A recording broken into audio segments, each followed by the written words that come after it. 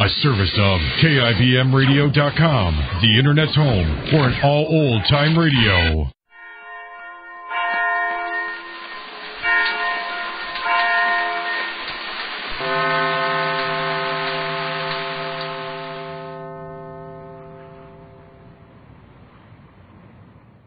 Kroger Tender Ray Beef, no other beef so fresh can be so tender, presents Hearts in Harmony, transcribed. Ladies, answer me this. It's a grand thrill, isn't it, to hear the family say, "Gee, Mom, this beef is sure good." Well, that's what you'll hear when you serve Kroger quality beef. It's delicious, it's tender, it's juicy. Yes, Kroger quality beef is a wonderful treat for those wonderful people who come home to you each night, your family. Just think how their faces will light up when the aroma of superbly cooked beef greets them as they step into the house.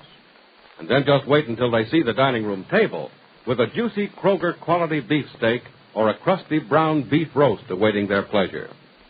And say you'll get a lot of pleasure from the buying of Kroger quality beef because it's so economical. That's right, it's a mighty thrifty buy. And don't forget, when you buy nutritious and wholesome Kroger quality beef, you're getting beef that's carefully selected from the very best beef available on the market today. So be sure to visit your Kroger store soon, the only place you can buy it, and get Kroger quality beef. It's waiting for you at your Kroger store. And now, Hearts in Harmony.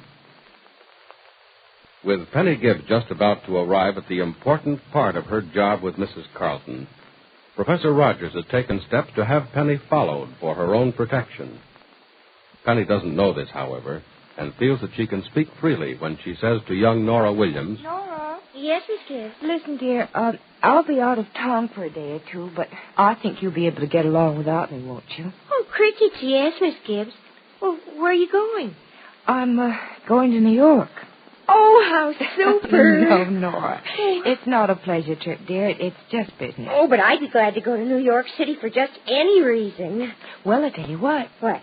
Someday you and I'll go there together for a real holiday. Oh, crickets, Miss Gibbs, do you mean that? You bet I do. Oh. We'll have a good time, too. Mm-hmm. I know a lot of places you'll like. Oh, I'd love just anything in New York. Even going to just a hot dog stand. Nora, I think that'll be easy to manage. Seems to me there's a hot dog stand on almost every corner in New York. Oh, golly, it must be just like going to a carnival. Oh, you bet it is like a carnival, Nora. It's a carnival of things and people. You know, I don't suppose there's any place in the world quite like it. It's kind of a city that in itself is a little bit of everything and everyone in the world. Its avenues are panoramas of the places and peoples of the world. And you know what? What? You can walk into certain sections and for blocks feel that you're in a faraway place. Oh, crickets, Miss Gibbs, I just have to go there someday. You know, it must be like going on an adventure, only without the scary part of going too far away from home. Yeah, it is, Nora. New York City is an adventure. And an adventure that you'll have someday, too. Oh. Now, look, dear, if I'm gone for more than a day or two, you're sure you'll be all right? Oh, yes, I'm sure of it, Miss Gibbs. If I need anything, Freddie will get it for me, and if he can't, somebody else will. I won't even have to go out of the house. Well, I'll phone you if I have a chance to. Oh, you needn't bother, Miss Gibbs. Everything will be all right. Are you going to New York City on business for Mrs. Carlton? Yes, Nora. I'm going to New York City on business for Mrs. Carlton. But if anyone asks you about it, you don't know why I'm going or where I'm going. You promise? Oh, golly, Miss Gibbs, you ought to know I wouldn't tell anybody anything that I thought would hurt you. Nora. Yeah? You're beginning to understand the reason for all this secrecy now, aren't you? Yes, Miss Gibbs. I think I've understood it for a long time. I'm sure you have, Nora. In fact, I think almost everyone understands, or at least is trying to understand how things are. And I think I'm going to be let alone to do my job without any interference. If that's the way you want it and the way it's supposed to be, I'm sure nobody wants it any other way. I'm sure of it, too, Nora. It'd be just awful if anyone did start to pry into this matter and found out anything. But let's not worry about that. No one I know is prying. so, I'm quite sure I'm safe in going ahead with the business. Come in. Hello, Johnny. Oh, hi, Professor. Busy? Oh, no. Just about to close up the office for the day. Come on in. Thanks. Closing up, huh? Huh? Well, I'll walk down the street to your car. Oh, okay. Just a minute. I'll get these papers put away. Anything new? Yeah, but you're not going to like it. Oh, why not? It's bad news. You mean the news from the Federal Bureau? Uh-huh. Well, what's bad about it? Well, there's no news. Uh-oh. They didn't have a thing on Carrie Carlton, huh? Nope. Well, where does that leave us? Oh, right back where we were in the beginning. Knowing no more than we knew in the beginning, either about Carrie Carlton or what Miss Gibbs is doing for her. What are we going to do, give up? Oh, no, Johnny. We don't stop after one try. Well, that is, unless you feel the news about Mrs. Carlton throws out our suspicions. Well, what does it mean to you when the Federal Bureau can't tell us anything about it? Oh, well, it means to me that she's probably never done anything wrong or been in contact with anyone who ever has done anything wrong. Or she's never been caught doing anything wrong. There's a slight possibility of that, too, but it's very slight. The Bureau has some knowledge of almost everyone with any kind of shady history. No, I'm willing to venture that Mrs. Carlton is beyond reproach. Well, if you say so. The Bureau says so. Well, what do we do now? You finished putting away those papers? No, just these and I'm done. Mm-hmm. There. Now to close the drawer, lock it up. Another day at the office is closed, too. Shall we go? Uh-huh. Well, what do we do, Stuart? Oh, maybe let matters stand as they are for a day or two and sort of keep half an eye on Miss Gibbs. And then what? Well, if her actions seem to warrant it, I'll get in touch with the Bureau again, and as we suggested the other day, we'll have her followed. Well, that certainly should keep her out of danger, shouldn't it? Oh, but definitely. You imagine Miss Gibbs, an amateur at what she's doing, trying to shake off a detective trained in shadowing people? I guess we can let her go ahead with things and stop worrying about it, can't we? I think so, but if you'll forgive the horrible thought, Miss Gibbs might have beginner's luck. Horrible thought is right. Just like her to do the practically impossible. Say, look, Stuart, let's go over and have one more talk with her, huh? Oh, I'd like to, Johnny, but I can't. There's an important faculty meeting at the university, and I have to be there. Oh. Well, then, I'll go over and see her, huh? Oh, good. And if you get a chance, talk to Nora Williams. She may be a lot of use to us. Yeah, she might be at that. Poor kid, I feel sorry for her.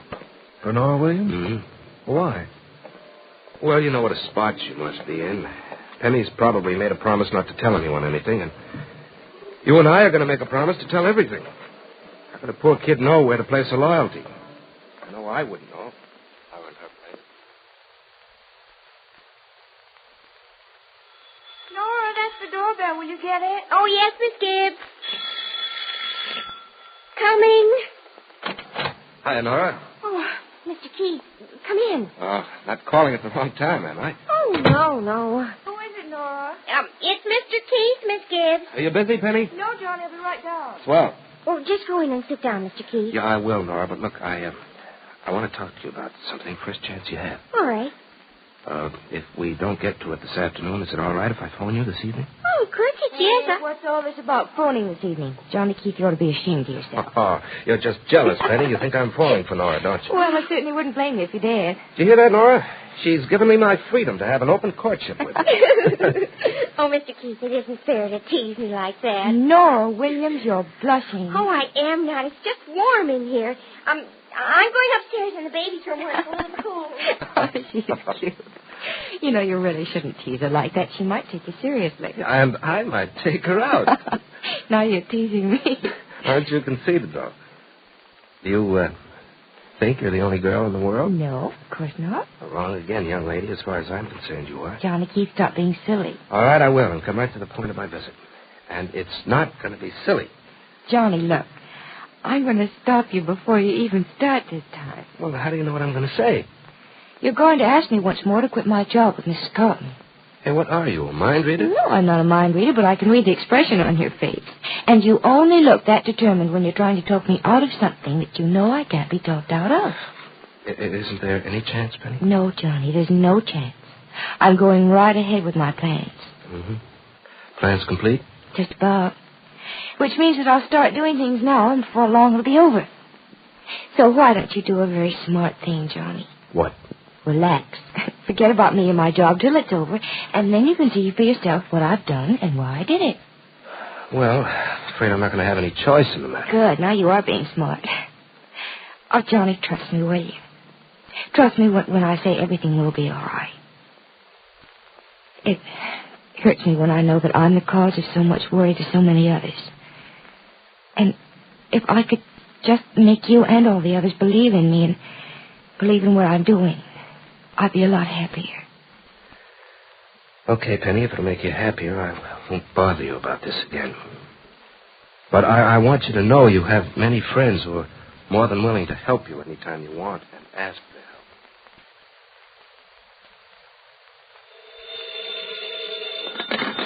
Hello? Hello, this is Johnny Keith. Who's this, Nora? Oh, yes, Mr. Keith. This is Nora. Oh, good, Nora. I promised to phone you this evening, remember? Yes, I remember. Good. You alone? Yes, I am. Oh, Miss Gibbs is going to see Mrs. Carlton, but she'll be back in a little while, I think. Uh-huh. Well, look, Nora, I'm going to have to ask you to do something I know you don't want to do. Oh, I'll be glad to do anything I can for you, Mr. Keith. Well, Nora, this is something you can do, all right, but I'm afraid you're not going to be glad to do it. Crickets, I'm not? Oh, why? Well, because in a way it isn't nice. But it's something I'm sure you'll understand you have to do, nice or not. Golly, it sounds mysterious. What is it? Well, it's not mysterious, Nora. It's just something I know is against your principles. You see, Miss Gibbs has made you promise not to tell us anything about it, hasn't she? Yes, she asked me to promise several times. Yeah, I thought so. Which means you know a little bit about what she's doing and what her future plans are, don't you? Well, not very much, Mr. Keith. But enough. Enough for what? Enough for us to anticipate her moves and protect her while she's making them. Oh. Nora, you've got to tell us anything that she tells you. Who's us, Mr. Keith? Professor Rogers, Freddie Lang, and I. Oh. Nora, will you do that for us? You'll be doing it for Miss Gibbs, too, even if she made you promise. I'll tell you something, Mr. Keith. What's that? I haven't promised Miss Gibbs anything at all. She thinks I have because she trusts me. But I've worded things in such a way that I can tell you everything I know and not be breaking a promise. If I know anything, I'll tell you right away. And now I am making a promise. Is Nora going to find out anything about Penny and her trip to New York? Will Penny be followed there and her important plans destroyed? Be sure to listen to the next dramatic episode of Hearts in Harmony. During these winter days, you've probably discovered this. Your family always has a keen, hearty appetite. But it's no problem satisfying everyone when you serve Kroger quality beef. It's everybody's favorite main dish. And Kroger quality beef is the beef you can count on being the very best right now.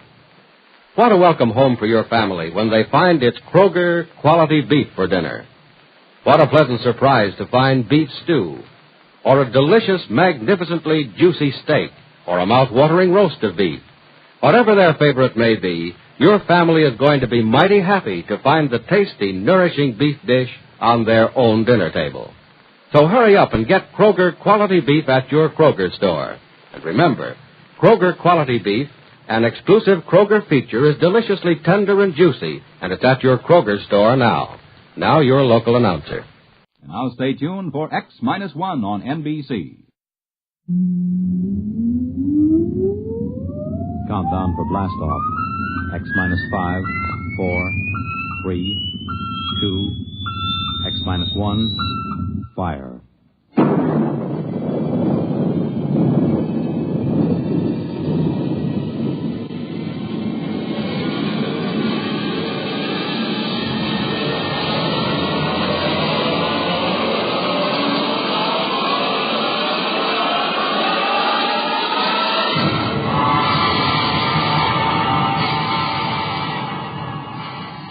From the far horizons of the unknown come transcribed tales of new dimensions in time and space.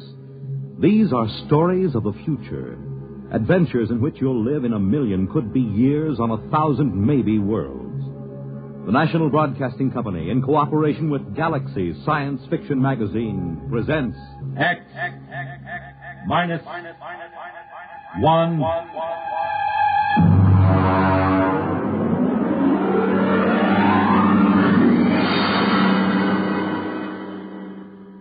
Tonight, The Defenders, based on a story by Philip Dick.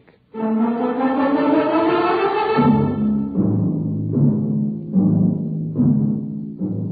now we bring you a special film of the destruction of San Francisco by radioactive pellets, released this week by robots of the Asian Confederation. This bombing was televised by robot cameramen of the Western Confederation as it took place. What you are about to see is a rebroadcast.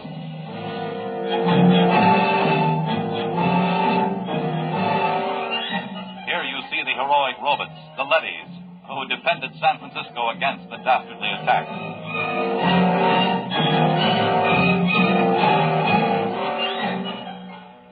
Of course, since all human life has been under the surface of Earth for 16 years, there was no actual loss of life in the sense we know it.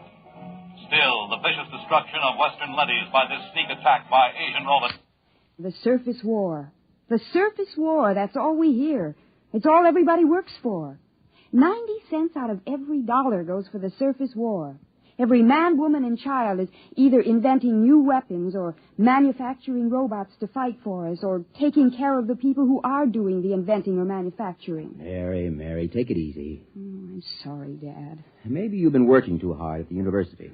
Maybe. How's the study coming? All right. Colonel Moss was asking about it only today over at Supreme Headquarters. I'm still working. Mary, you haven't mentioned the enemy much. Oh, what's there to say?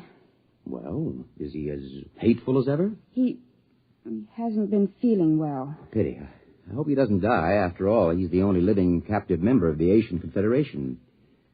How old is he, by the way? 34. Oh, you're joking, of course. No. Mary, Western society only moved under the surface of the Earth some 16 years ago. Now, that would mean that the enemy was captured when he was only a boy. Yes. He told you this? Oh, no, he tells everyone he's 42. I deduced it from inconsistencies in his statements. Well, that's a little dangerous, isn't it? Well, you're the only one I've told, Dad. I wish you wouldn't even tell me these things. Do you expect your friend Colonel Moss to pop out from under the bed? Now you're being facetious. It's no laughing matter, Mary. The whole concept of the enemy is so charged emotionally... And so full of lies. Mary! It's true. I've been talking to him for 6 months now. He's just an ordinary young man who happens to have had the bad luck to come to symbolize every hated thing we fight against. I've heard him speak. He is hateful. He knows what to say if he wants to keep alive. Mary, I won't hear any more of this. Oh, I'm sorry, Dad. I suppose it doesn't serve any useful purpose. It isn't that. I'm thinking of your own safety. If remarks like this were overheard, do you know what they do to traitors? I've heard they turn them over to the leadys. They're taken up to the surface. As they approach it, the radioactivity begins to destroy them. And by the time they reach the top... I'll be careful. Good. Now then, why don't we stop this morbid talk? How about turning on some music, All right. Dad? Yes? What was it like? What? On the surface. Don't you remember? Mm-mm. Oh, no, of course not. You were only about 6 at the time. Well, it's best not to talk about it too much. Tell me, Dad, please. Well, it was quite different from living underground. We lived in a valley, your mother and you and I. There were pretty farms along the floor of the valley, little white houses and green fields and trees. Oh, and there were birds. Yes. I'm afraid the birds are extinct now. It must have been hard for you those first years underground. It wasn't pleasant. But I had my work at the War Institute. There was so much to be done then, building the leadys to take over the surface war, designing the pneumatic tubes to get supplies and weapons up to the robots, organizing the robot councils on the surface, and, of course, the constant fight against radiation leakage. Well, we're still working on that one. I wonder what my life would have been like if it hadn't happened. About all I know is metal walls and great roaring factories and barracks. Nobody wants to live this way, my dear. We have to. Someday, when the enemy is defeated... What makes you think he'll be defeated? The Asians are just as secure underground as we are. When our leadys conquer theirs... Dad. What is it? Dad, the enemy, the one I've been interviewing. I thought we weren't discussing him. He mentioned a word to me. A word? Yes. It seems to me that I heard it before when I was a little girl. It's best to forget these things. No, I don't know what it means. It might even be a bad word, but I have to ask you. I'd rather not. Please? Well? The word was peace. Oh, Dad, I'm sorry. I didn't mean to shock you. I think I'll go up to my room. I have to get up early. I'm taping an interview with the enemy. Excuse me.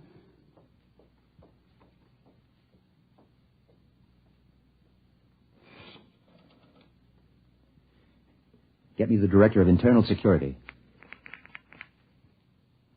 Yes? Moss, this is Donald Taylor. Yes, Donald. It's about my daughter. Mary? Yes. She's been working with the enemy, as you know, compiling a new study. Yes? I'm afraid from some of the things he's told her that he may not be completely sane. Oh? I thought perhaps you might, supervise their relationship a little more. After all, she's been spending almost 6 months in his company, several hours a day. I see what you mean. Now, I don't mean to suggest that anything has happened already. Her attitude... Don't concern yourself about it. Everything will be handled discreetly.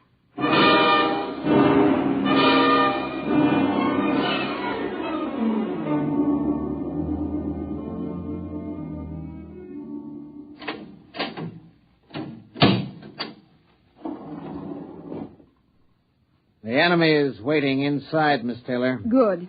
Is the recording and filming equipment ready to go? All checked and ready. You checked the restraint suit on the prisoner? Yes, miss. You may leave us alone. Just buzz when you want me, Miss Taylor. I will. Thank you, guard. Hello, hateful one. Hello, beloved. How are you? Feeling no pain? I thought about you last night. I talked to Father. Be careful. Oh, it's all right. Oh, this can't go on, Mary. Sooner or later, someone will suspect. I don't care. I love you. Mary. Well, you'd better get something on tape. If anyone comes in. All right. Tape number 425X. Subject, recorded interview with captive ZN2, former soldier of the Asian Confederation and enemy of the Western Confederation. I'm Joseph Kali, serial number ZN2, former soldier of the Asian Confederation. What were you taught to believe concerning the people of the Western Confederation? I hate them with all my heart. They are inhuman and to be destroyed. What is your objective? It is the objective of my people to enslave all members of the Western Confederation and to utilize them for the benefit of the masters of the Asian Confederation. Did you ever witness any murder of members of the Western Confederation? I was a pilot in a group which dropped radioactive dust on women and children who were preparing to be evacuated underground. I myself killed some 15,000. We will discontinue the interview to check the quality of the recordings. And to kiss the lips of the captive from the Asian Confederation. Oh, Joseph, I can't tell you how it pains me to hear you mouthing this stuff. It keeps me alive. If there were only some way to escape, some place to go. The surface is the only place to go. And the radioactivity kills you in 40 minutes with the thickest lead suit. Sometimes I think even 40 minutes of freedom would be worth it. 40 minutes of pain? If that's the price, then For myself, I wouldn't care. But for you, Mary. If there were a way to reach the surface... There is. Colonel Moss. This has been, I must say, a most interesting interview to hear. You heard it. From the beginning. We had the room wired this morning. Then you know. Yes. What's going to happen to us? To you, nothing. Because of my friendship for your father and your own youth. We will simply require that you remain silent about anything that has happened. And Joseph? The enemy will be handed over to a D-class leady at the mouth of the tube and taken to the surface. We will perform the entire operation with a ceremony and a public announcement. He'll die. Precisely. No. Please. Now, you'd better go. Your father is waiting outside. Joseph. Mary, do as he says. Joseph, I love you. Take her out. Please let me say goodbye to him. Remove her. Joseph, please. Please let me stay, please.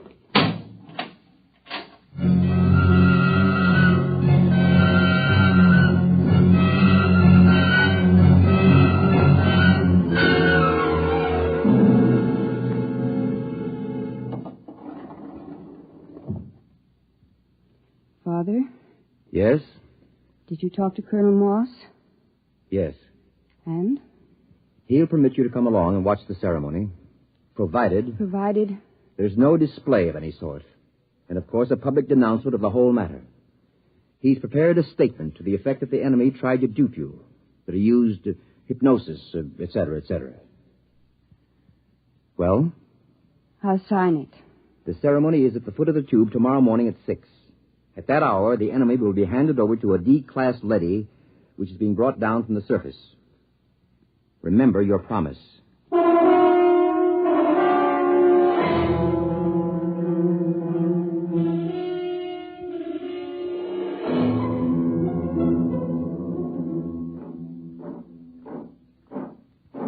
Details! Halt! The prisoner is ready to be turned over, sir. Is the robot here? The robot is arriving now.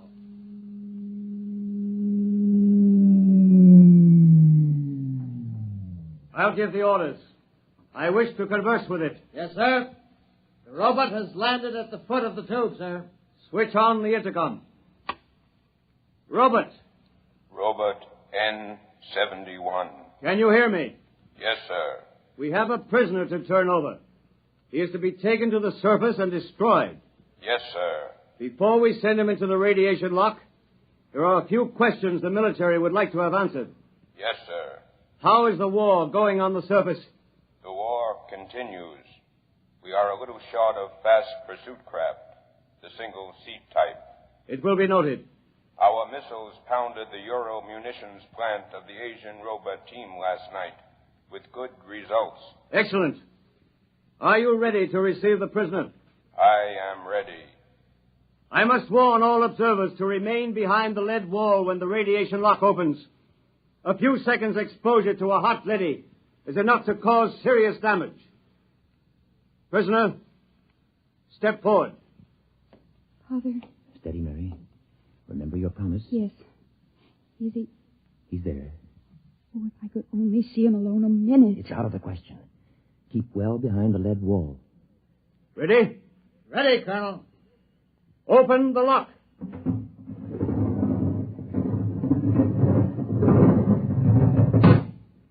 Step into the lock, prisoner. He's in with the leady. You can almost feel the radiation. By now, he's as good as dead. Lower the door. No! Wait! Joseph! Joseph! Mary, come back! Hold the door! Mary! Robert!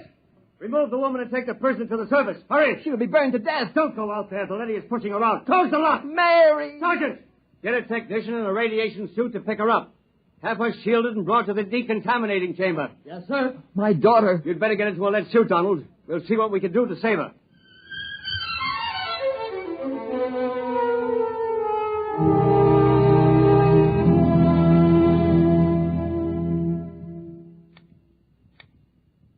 How is she?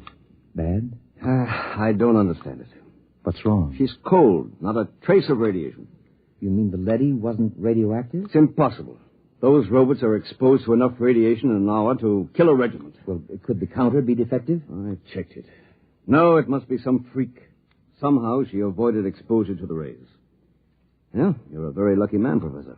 Can I see her? Yes. Go in. Thank you.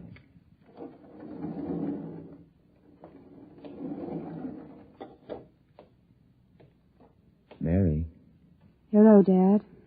Did they tell you you're going to be all right? Yes. Well, you don't seem overjoyed. Should I be? You really care for this murderer of women and children? Dad, for the last time. Joseph never murdered any women and children. He confessed to those crimes to keep alive. Well, we won't discuss it. You're safe. That's all that matters. Was he taken up? Yes. By now, he's gone. I don't believe it. Mary. I don't believe it. Somehow, deep inside me, I know he's alive. Somehow, I knew that leady wasn't radioactive. That leady. Yes, that's puzzling. We'll have to investigate that. I'm going to send an order to the surface asking that the same leady be sent down again. There's something very strange about the whole business.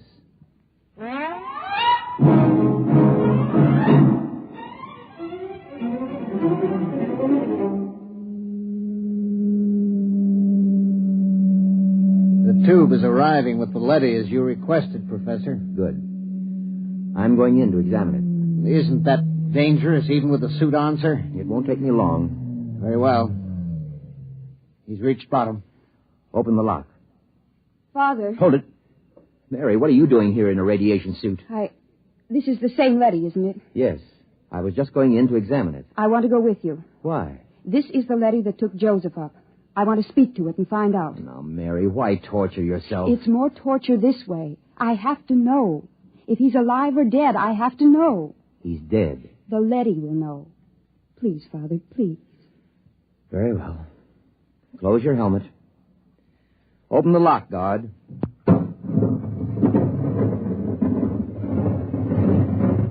Ready, Mary? Ready. Let's go in.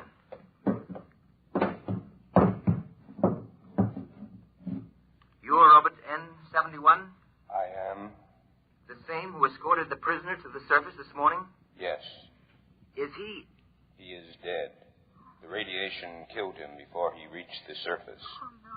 Steady, Mary. Robert. Sir? You accompanied him to the surface? Yes. You've been exposed. I've fought in 3 battles. Then explain something. Sir? According to a counter I have concealed in my suit, you're cold. Not a trace of radioactivation. How do you explain this? Well? Answer me. That's an order. I must return to the surface. Not till you answer me. I must return to continue fighting the war. Do not attempt to stop me. Daddy has a ray gun. Look out! Keep back. I've shorted him with the metal counter. He'll be burned out in a second. That was close. I thought these robots were unable to harm their masters. He might have been bluffing, but I couldn't take a chance. Why do you suppose he did it? I don't know. But I'm beginning to suspect something so fantastic that I've got to find out about it. Find out? Leave the tube, Mary. What are you going to do? I'm going to the surface. What? My suit will protect me for about 5 minutes up there. No humans have been up to the surface for years. It's illegal. I know all about that. Now, will you leave the tube? No. I'm going with you. Mary, please. If you go, I go with you. All right. Hang on. I'm going to start the elevator. Here we go.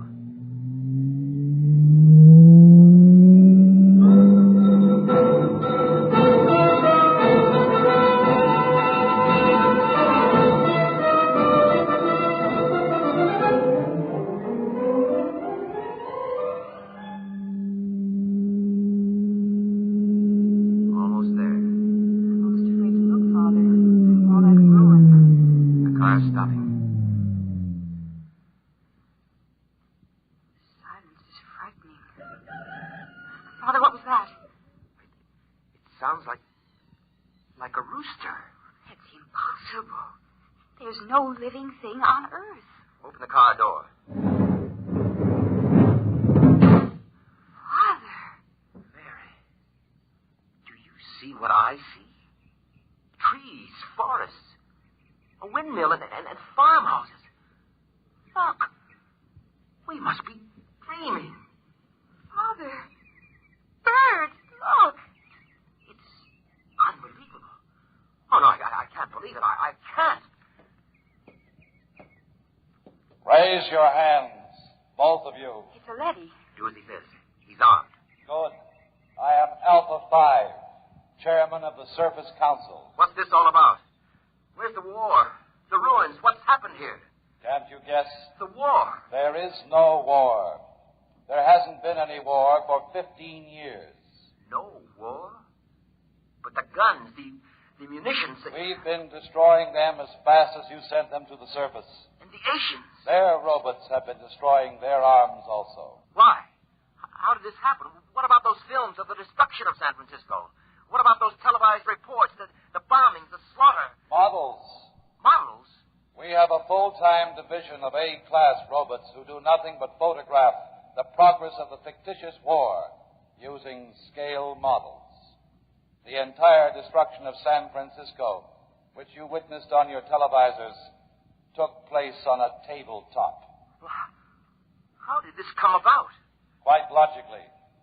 You created us to pursue the war for you, while you, human beings, went below ground to survive. But before we could continue the war, it was necessary to analyze it, to determine its purpose. We did this. And?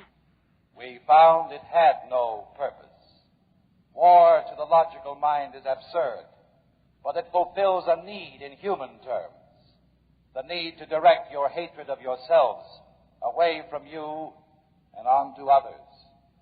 Eventually, man will grow up enough so that he can face his own dislike of himself with humility.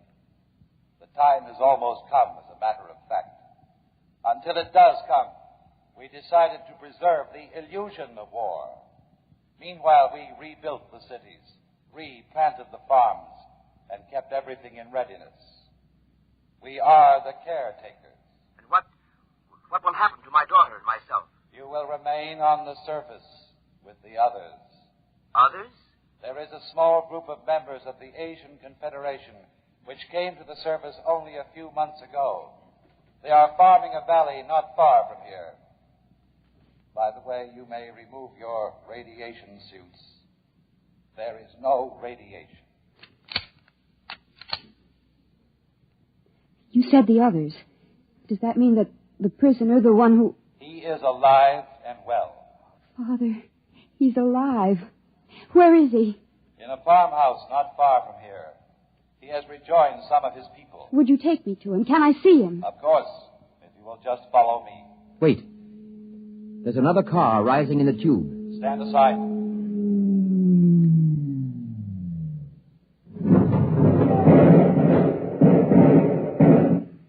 Just remain where you are. Sergeant, take this leady into custody. Yes, sir. Well, Professor, this is quite a sight. How did you happen to come here? The guard told us you had surfaced. We found the shorted robot where you left it and discovered it was cold. So we decided we'd better investigate. Good Lord, what a shock this is. A blessing, Colonel, not a shock. Do the Asians know about this? A few of them have surfaced, but the underground civilization is still ignorant of it. They think the war is going on just as our people do. Don't say. You know what this means, don't you? It means the end of the war. It means peace. It means victory, Professor. It means we can mount a full-scale attack. We can drop hydrogen fission bombs right down their tubes. We can wipe out the whole race. But there's no need. There's no war. There will be. I'm returning underground to report this to Supreme Headquarters. You'll have to accompany me for security purposes. You cannot do that, Colonel. Since when does a robot give orders to a human? We were constructed to protect you. In this case, we will protect you from yourselves. Stand aside. We're going to the tube. I will be happy to stand aside, but you will not be able to descend. No? Well, we'll just see. Look out! Father, what is it? What happened? Look. Good Lord. They've destroyed the tube. We're sealed off. Exactly. We have always had heat bombs in readiness for just such an emergency.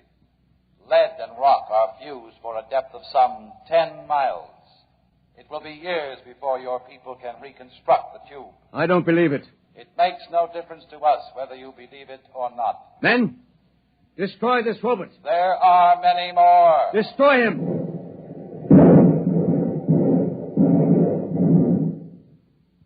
Now. Look, down the road. Humans. A bunch of humans coming toward us. Why, they're waving. Those are rations. Joseph! Joseph! Father Joseph's with them. Ready, arms, men. As soon as they're close enough, I'll give the signal to fire. Colonel, in heaven's name, they aren't even armed. They're the enemy. Our only hope for survival is to join with them. We'll need food and shelter. If we destroy them... The professor is right, Colonel. We're cut off from our own people. Sergeant, another word, and I'll have you court-martialed. Now, ready your weapons. Men, don't do it. Our only hope now is peace. Silence! I've got to warn them. Go back! Go back! All right, Professor, you asked for it. Now! Father! Father, is he... Colonel Moss is dead. Thank you, Sergeant. You've saved not only my life, but many others. I couldn't see any other way, Professor. We gotta live, too. Father, Yes, Mary? does this mean that we can have peace? If we want it, Mary. If we really want it, we can have it.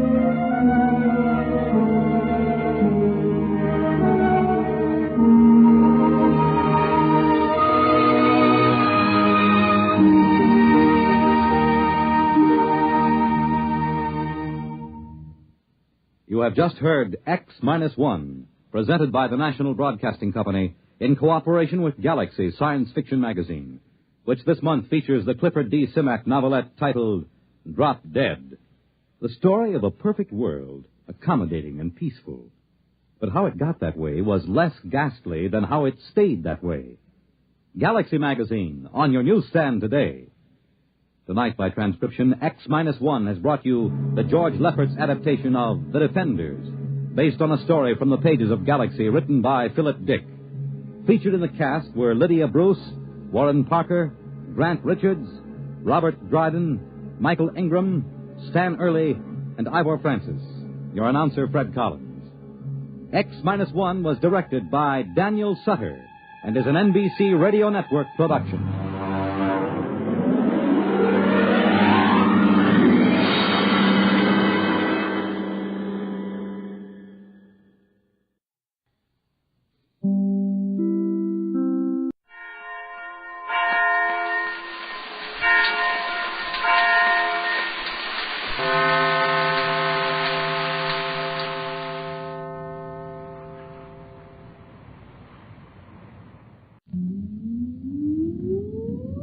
Countdown for blast off.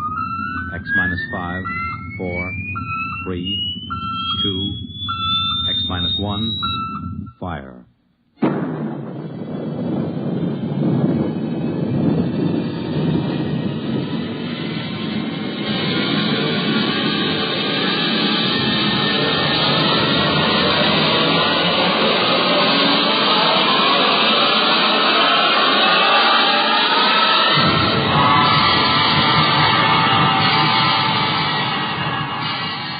From the far horizons of the unknown come transcribed tales of new dimensions in time and space.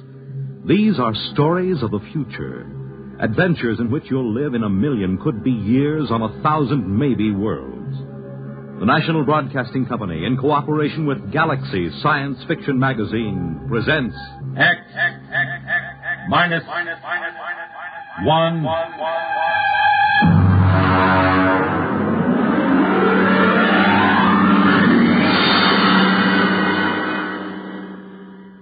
Tonight, Lulungameena by Gordon R. Dixon.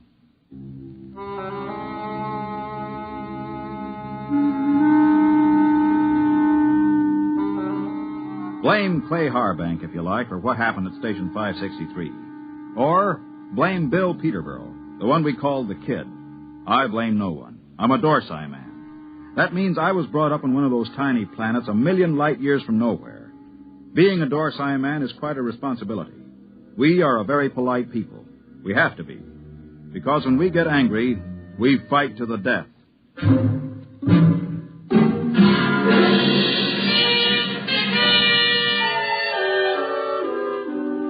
It all began that evening that Clay Harbank began reminiscing about his home planet, Lulungameena. We were sitting around the recreation room of 563. There was a card game going on in one corner. Lulungameena. The very name sounds like music, doesn't it, Mort? You know me, Clay. I'm a Dorsai man. I've been in the Dorsai planets. I've seen them all knocking around this universe for 35 years. But when it comes to sheer beauty, Lulungameena. How long since you've been home, Clay? Home? 20 years, Mort. 20 stinking, miserable years. Well, that'll be over soon. Another 10 days. You gonna miss old 563? Miss this godforsaken little asteroid? Not for a minute. We'll miss your ugly face around here. At least I will. I'm gonna miss your gloomy Dorsai puss, too. Mort, why don't you get out of it? You've had more years in space service than any of us. You've probably got enough credits to get out, too. Me? I wouldn't know what to do with myself. Couldn't you go home? You should know better than that. The Denebrian trouble? The Denebrian trouble? You could go to Earth. What for? Ever been there? Never once. And I've never wanted to. I've seen too many Earthmen. Like the kid over there. He's green in service.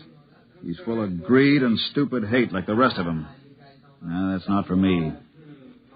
Looks as if the game's breaking up. Here he comes. Well, if it isn't the big gambler from the windy planet. What's its name? Lulungameena. Yeah. How's the piggy bank coming, Dad?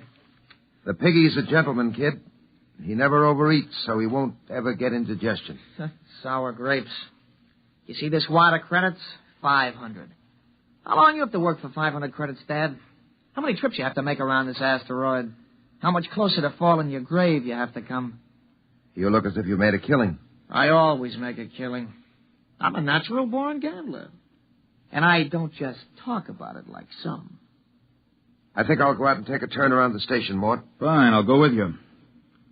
It's, stuffy in here. Don't bother. I'd rather be alone. Big shot. Knocked around the planets for 35 years.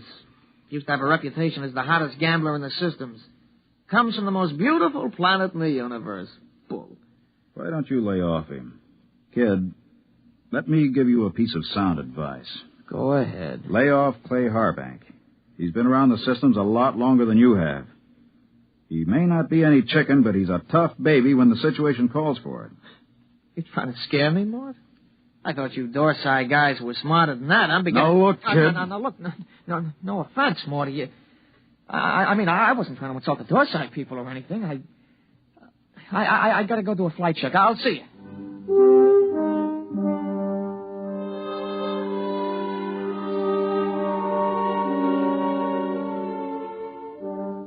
We were in bad shape. The 20 of us at Frontier Station 563 on the very edge of the human area had gone sour. Half the men had applications for transfer in already. What I told the kid about Clay being tough, well, that was a bluff to keep him off. Nobody knew better than I did that Clay was burned out inside like a used-up rocket. I put on a spacesuit and went out to join him. Oh, hi, Mort. Hi. Beautiful night, huh? Nice. Back on Lulungameena, on a night like this, the rakish flowers open up, and you can hear them singing. There are 6 moons, and every one of them is like a yellow lantern. My mom and Dad and I used to live on the edge of a lotus pool. Here I go talking about home again. Figures. A guy who's been saving up for 10 years to get home is bound to start thinking about it when the time comes. I wish you could come with me, Mort. Clay, tell me something. Yes? You ever get the urge to gamble again? Do I get the urge to gamble? Mort, you ever watch a man who's been on PON for a while? When he's broken the habit, you can't get him near the stuff. He despises it. And yet, the same man is liable to go back on with no provocation. Well, that's the way it is when you've gambled all your life. I figured. Maybe that's why I keep talking about home. Every time I hear the kid flipping those cards in the recreation room, I start talking about home. Have you noticed? I've noticed. But this time I'm going to make it, Mort. I tried 3 times before. This time I've got the dough, and I know I'm going to make it. I think you will, Clay. You know what did it? No. Lulungameena. That's what saved me this time. The thought of that beautiful planet. Well, when you get there, you can send me a photo tape. At the rate we get visitors, it should reach me in 5 or 6 years. You'll be out by then. You'll be home. I'll never go home, Clay. Never. Well... That's Red 4. Screens must have picked up a ship in the galaxy. Maybe we'll get a visit. Keep us from going loco anyway. Coming in? No, I think I'll stay out a while. Well, I'm going to check the screen. See you later.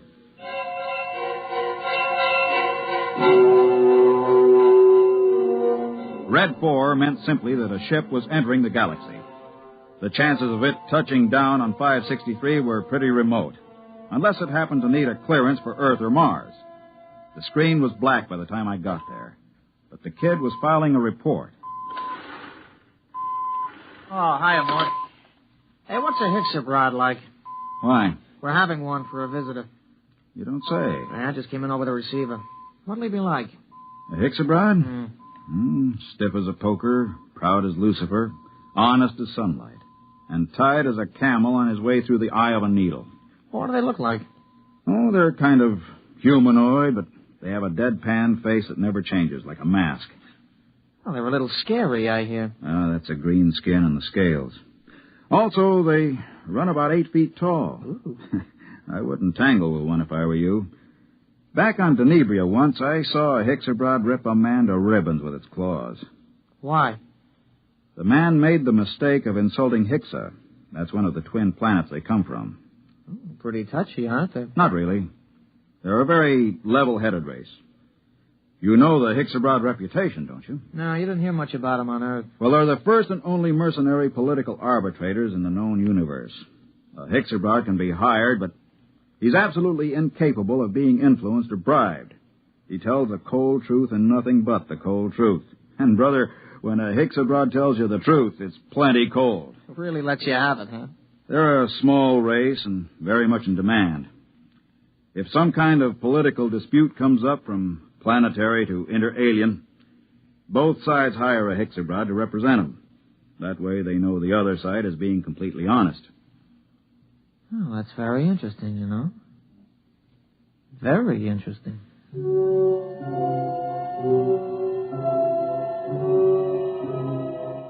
I could tell there was something on the kid's mind, but of course I didn't know what it was. Most of the talk in the recreation room that night centered around the arrival of the Hixabrod. Landing beacons were turned on, and we waited for another radio communication. Hey, anybody want to sit in on this next hand? Mort? No, thanks.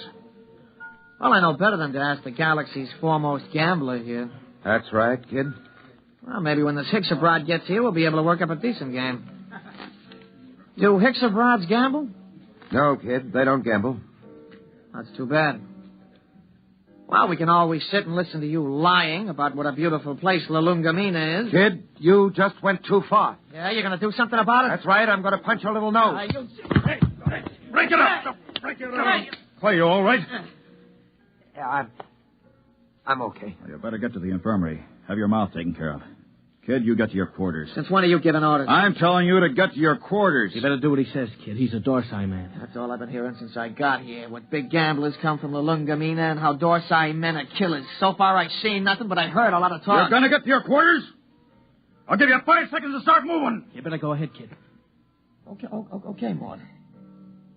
I'm letting you bluff me out of the game this time. Just remember, there's going to be other games. Next time, I won't be bluffed.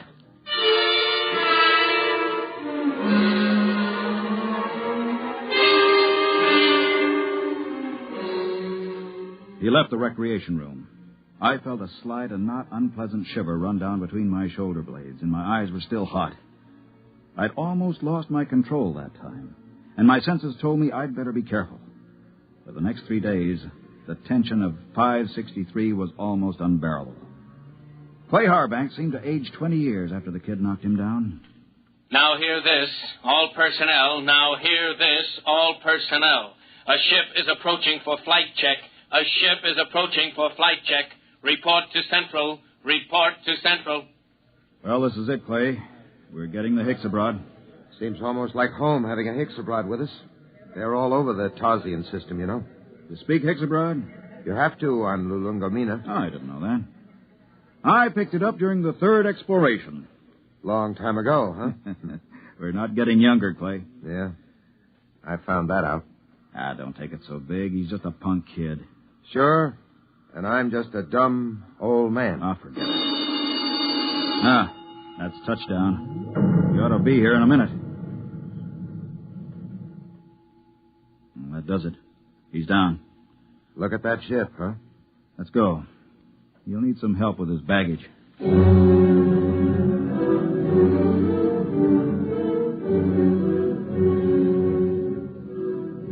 The ship was a silvery one-man job, the kind that have taken the Hexabrods all over the universe. The cabin door slid back, and the Hixa stepped out.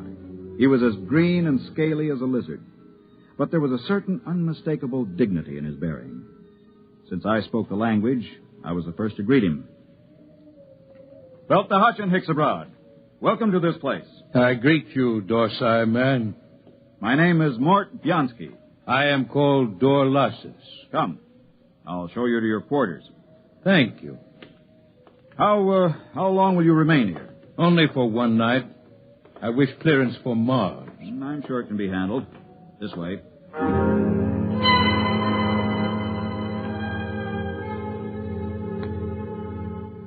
I wondered how he knew I was a Dorsai man. And then it seemed obvious. My broken nose, the scars, the lined face. Nobody could mistake a human from the Dorsai planets. Still, it scared me a little. I kept wondering if he had anything to do with interplanetary police. I tried to put it out of my mind. It was no use.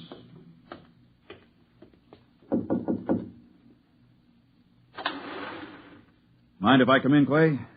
Sit down. Have a smoke. Thanks. Where's the Hexabrod? In his room, getting cleaned up for dinner. Strange guys, aren't they? Well, there's something even stranger going on. What's that? The kid's in there with him. With the Hicks? Mm-hmm. What do you suppose they're talking about? I don't know. I wish I did. Kid's probably trying to get the Hicks into a dice game. I doubt it. What's on your mind, Mort? Clay, you've been around. Are there any Hexabrods in interplanetary police? A few. Why? I don't know. I just had a feeling, you know. Oh, you're dreaming up bogeymen. Maybe. Besides, you're not in any trouble outside the Dorsai system. I killed a human, Clay. Not deliberately? In a rage. Happens all the time on Dorsai, doesn't it? Not to an officer of Intergalactic. Besides, that was 25 years ago. There's no statute of limitations in the systems. Nobody knows but me, right? You don't have to be clairvoyant to wonder why a man hasn't been back to his home planet for 25 years. You, think the kid... I don't know. He's got no love for me. Still, he doesn't know anything. How would he know this Hexabrod is an agent, if he is? Couldn't say. Where are you going? Well, I think I'll take a look at that message the kid filed. The one we got when we first picked up the Hexabrod on the screens. Let me know what you find, if anything.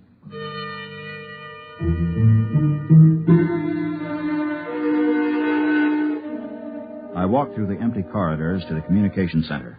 I went directly to the files where incoming messages are kept and flicked the tab until I got to Notices of Arrivals. There, 2 days before, was a report of the arrival of Dorlassus. I ran my finger down the statistics until I came to the line that said, Point of Origin of Flight. It read, Tarsian Galaxy. That was where Clay Harbank's Lulungameena was. I read further, where it said Nature of Business. My blood ran cold as I spelled out the words, Criminal... Come in. Belt the Hutch and Hexabrod. I greet you, Dorsai man. Is there anything you require? Nothing, thank you. I came to tell you that we'll have dinner tonight at 800 hours. The young Earthman has already informed me. There's a shortage of raw meat here. I've brought my own food, thank you. I see you came in from the Tarsian planets. Yes. You didn't happen to be in the Dorsai planets before that? No. Oh, I thought perhaps you might have some news. I came from intergalactic headquarters. Yes, I saw your flight check. Then you know my mission. Yes. Good.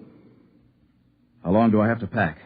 I will be leaving at 700 hours tomorrow morning. Can you be ready by then?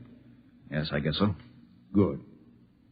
I don't suppose there's any point in appealing to you. Ixabrods are supposed to be totally without emotion. There is no point in appealing. Funny thing. I've been running away from this moment for 25 years, and now that it's come, I'm glad. We'll be going back to the Dorsites? Yes, to intergalactic headquarters. After all these years. Home. I don't suppose a Hixabrod knows what that feeling is like. I will expect you at 700 hours. Now, if you don't mind, I wish to prepare my food. One thing. Yes? Did the young Earthman tip you off about me? No. Funny. I could have sworn it was him.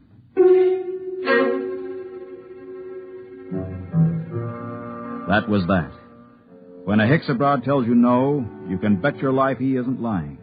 I began to wonder how they located me. I began to wonder what he and the kid had talked about. I began to wonder a lot of things.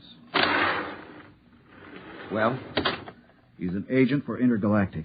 Well, that doesn't prove he's after you. He is. How do you know? I just talked to him. Lord in heaven. It isn't so bad, really. Just think, I'll be going home. I'm going to kill that kid. Clay. I'm going to kill him. Clay, listen to me. The kid didn't turn me in. You said... I said he was talking to the Hicks. I just asked him. And the Hicks told me it wasn't the kid. They don't lie. So don't go blowing off. It's going to be hard. 10 days. Doesn't have to be 10 days. What do you mean? How many credits do you need to buy your way out? Another 500. Next payday. Don't wait. Don't wait. I have over 900 credits. I'll turn them over to you. Mort. Listen, I don't need them. You can pay off tomorrow and fly as far as the Tarzan chain with me and the Hicks. It's a very nice thing, Mort. Will you do it? I'll think about it. Let you know after dinner.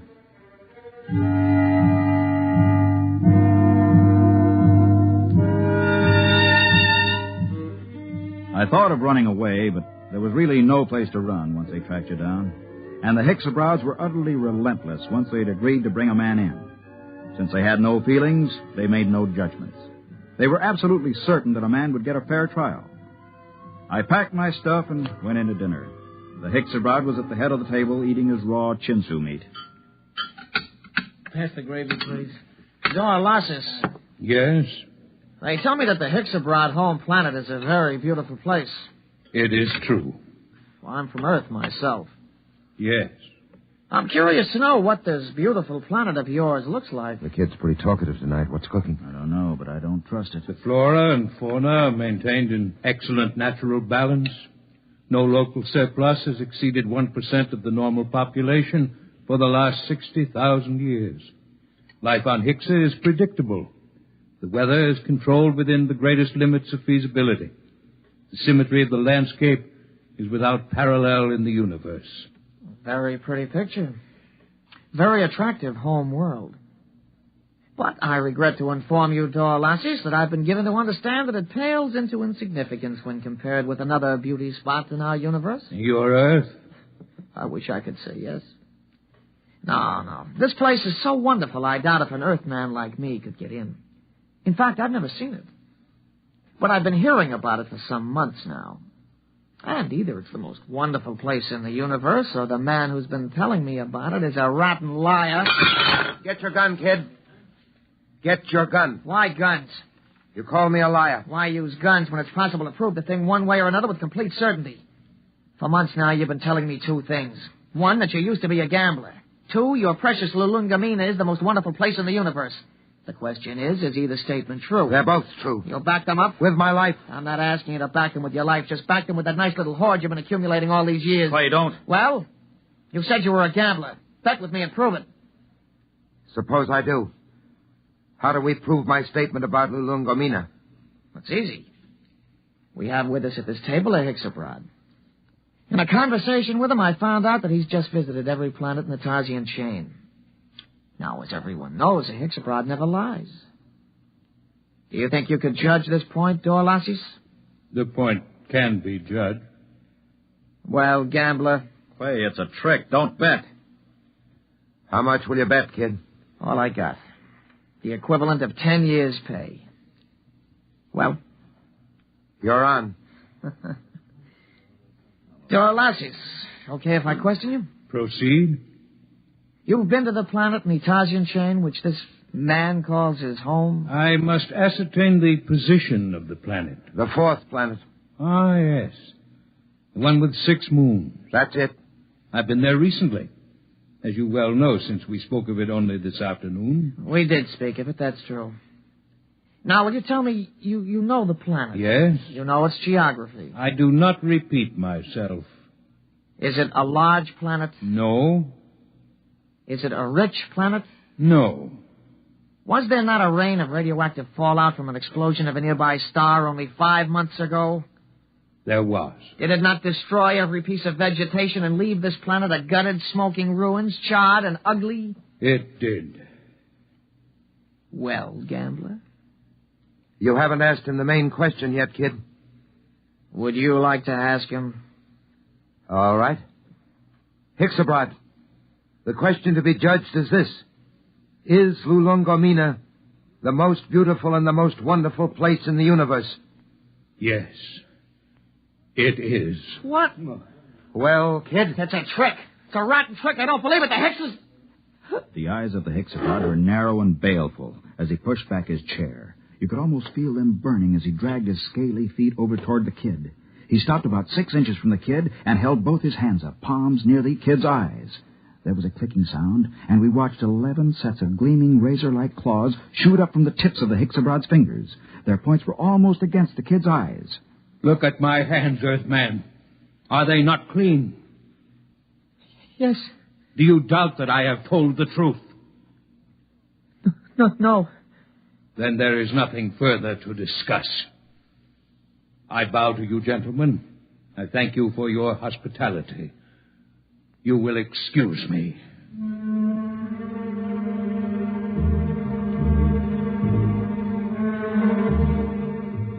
We stood around and watched that proud, frightening figure drag itself out of the room. The kid was trembling like a leaf as he drew a bank draft for 10 years' pay and handed it to Clay Harbank. The next morning, Clay and I boarded the Hixabrod ship, and 4 days later, we touched down at the outer planet of the Tarsian chain. Well, this is where I get off, Mort. I don't know what to say, really. I guess you know how I feel. Think I do, Clay. Let's just say so long. There will be no need for goodbyes. What? Both of you are leaving the ship here. But I thought I intend to return to intergalactic headquarters empty-handed. Empty-handed? But they'll question you. What will you tell them? The truth, of course. But you have told me nothing. But I assume... I am not interested in your assumption. You asked me my mission. I told you it was a criminal investigation. You said you assumed you would go back with me, and I told you when my ship was departing. There is nothing more to be said. But surely you know... Mort, don't say anything. The Hixabrod deals only with facts, what is absolutely known. They're the most literal beings in the universe. Let it go at that. Goodbye, gentlemen. I am grateful for the pleasure of your company.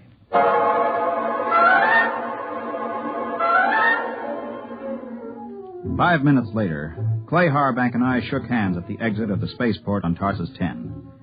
But before we parted, there was one thing I had to know. Clay, one thing before you go. Yes? How did you know the Hixabrod would lie about Lulungameena? He didn't lie, Mort. The Hixabrod never lies.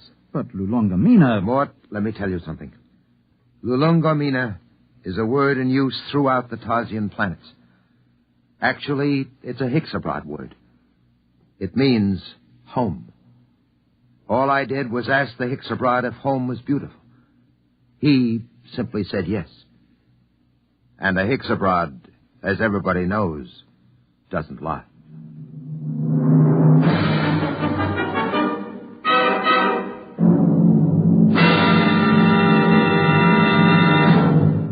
You have just heard X-1, presented by the National Broadcasting Company in cooperation with Galaxy Science Fiction Magazine, which this month features the Finn O'Donovan novelette Bad Medicine. The story of a robot therapist that never failed to effect a cure, even if it had to convert itself into a typhoid Mary to do so. Galaxy Magazine, on your newsstand today. Tonight, by transcription, X-1 has brought you Lulungameena, a story from the pages of Galaxy written by Gordon R. Dixon and adapted for radio by George Lefferts. Featured in the cast were Ralph Camargo, Ned Weaver, Jack Grimes, Bob Hastings, and Kermit Murdoch. Your announcer, Fred Collins. X-1 was directed by Daniel Sutter and is an NBC Radio Network production.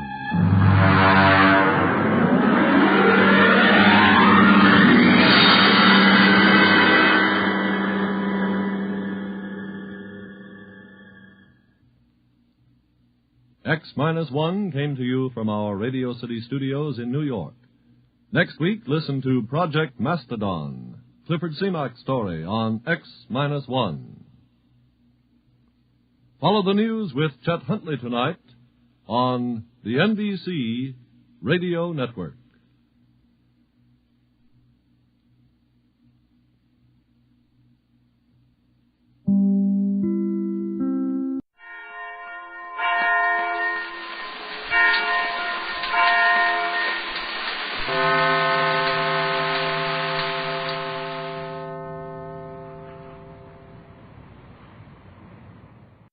Again, G47 has shown his power on Euclidia, the magic island of the South Seas.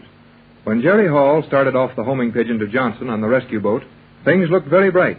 The pigeon was released at midnight, and at 8 in the morning the Gregory party were sure that all was well, and that the pigeon had reached the other boat. As they were discussing their chances of escape in the soundproof cabin on the yacht, the mad scientist, G47, walked in with the pigeon in his hand. G47 has just left the cabin, after telling them that the pigeon was stopped by gas in the ring of fog surrounding the island. Well, I guess that's the end of it. Oh, Mother, is there no hope at all? Very little, my dear. You heard what G47 said. His assistants are working now on the formula they took from the leg of that pigeon. And when they've successfully compounded it, our lives will be worth nothing. Golly whiskers, Tex. Tex? Hey, Tex, what are you thinking about? How to get this pigeon or the other one through that ring of fog and gas that guards the island. But can you do it in time to be of any help, Captain? G47 and his men will be working rapidly on that formula. And when they complete it, I think it will be too late to help us then. Oh, Tex, isn't there something we can do? I'm afraid not. There's no chance for these birds to fly through that gas ring. They'll never fail to use the gas ring as long as they have a chance of trying anything else. Wait a minute, Tex. You act like you're not paying any attention to us at all. Quit worrying about getting the message through to Johnson. He can't get here in time to save us anyhow. Jerry's right, Tex. What we've got to do is try some extreme measure. Something wild and foolish if there's nothing sensible and reasonable left to do. But we've got to do something about getting off this island before those Euclideans get that formula compounded. No hurry about that, Pat. It will take them a long time to figure it out. Do not be too sure, Captain Bradford. G47 and those other men can do as they wish with any formula that any living man could write for them. Hurry up, Tex. Let's try to get off this crazy island. Take a look outside the door, Jerry. I'm going to tell you something. It's all right to talk in here now, Tex. No one can hear us with the cabin insulated with this opaque cloth. Probably not, but take a look anyway, kid. Okay, Tex.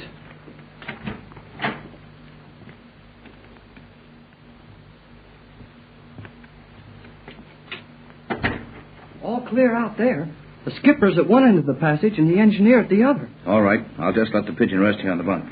That beautiful little bird is so frightened. If it's hurt, we should... Not a bit. Just some harmless gas that caused him to flutter slowly to the floor of the island. He'll be all right after he gets over his fright. I read in your pigeon book that it upsets him when something stops him from a flight they've started out on. Sometimes it does, but this little fellow has had accidents before. He'll be all right soon. I'll hold him here, Tex. There now, Bosun. Feel better now? Now, Tex, the pigeon seems comfortable. Go ahead. I suppose I should have told you before. I thought I'd save you a lot of worry if I did the worrying for all of us. I didn't want you to realize just how much I feared old G47 and how little faith I had in that pigeon getting through the fog ring. Well, we know the worst now, Tex. I was afraid, Captain, that your plan was too simple to succeed against the protection on this island. Oh, you did swell, Tex.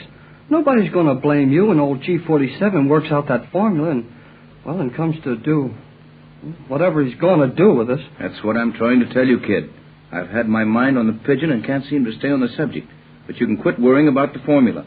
The old G47 may be mad enough to kill us anyway when he discovers that he hasn't got it. What do you mean, Tex? Did you put the formula in code? These Euclideans can decipher any code nearly as fast as it can be read by one who understands it. They have a conversion table of all the possible combinations of figures, letters, and characters known to man. And they work out a code as accurately as you would use a slide rule. Then when they read the code, we're sunk for sure. But it wasn't code. What I had on that message to Johnson simply was not my formula. Then they haven't a formula at all? They must have some formula, or they wouldn't be working on it all this time. They have a formula, all right. And no matter how clever they are, they're going to have some fun with it before they give up trying to confound my secret with it. You gave them a formula which will make nothing, then? No, I gave them a formula which I worked on for years. And I've worked with some of the greatest chemists in the world on it. The formula for making synthetic diamonds. Giggle and goldfish. Then if they work it out, they'll have a diamond. Something like one, Jerry, though the formula was never quite perfect, was it, Tex? No. It works up to a certain point where a hard mass is precipitated. But before you can rescue this solid from the solution, it is promptly dissolved again. That's a honey, Tex. It may fool them, too. For when they get this hard substance and then it dissolves, they'll think they got the real thing, the universal solvent. Hush, Jerry, not so loud. So that is your secret, Captain Bradford. The universal solvent. I've often heard G47 say you had the greatest formula in the world, and one that chemists have tried to get since chemistry began. Now I can understand why they wanted to bring you to this island. Yes, Joan, dear. I was allowed to come here and find you so those scientists could get Captain Bradford in their power. Now all our lives will pay for it. Hey there, Mrs. Gregory. Cut it out. We're not done yet by a long ways. Don't forget what G47 said. As long as they're trying to get Tex's formula, we're safe. Right, and before they get it, we may figure our way out. Do you mind if I ask you a question about your formula, Captain Bradford? Go right ahead, Joan, only don't talk too loud. You have really found the formula for the universal solvent? Yes.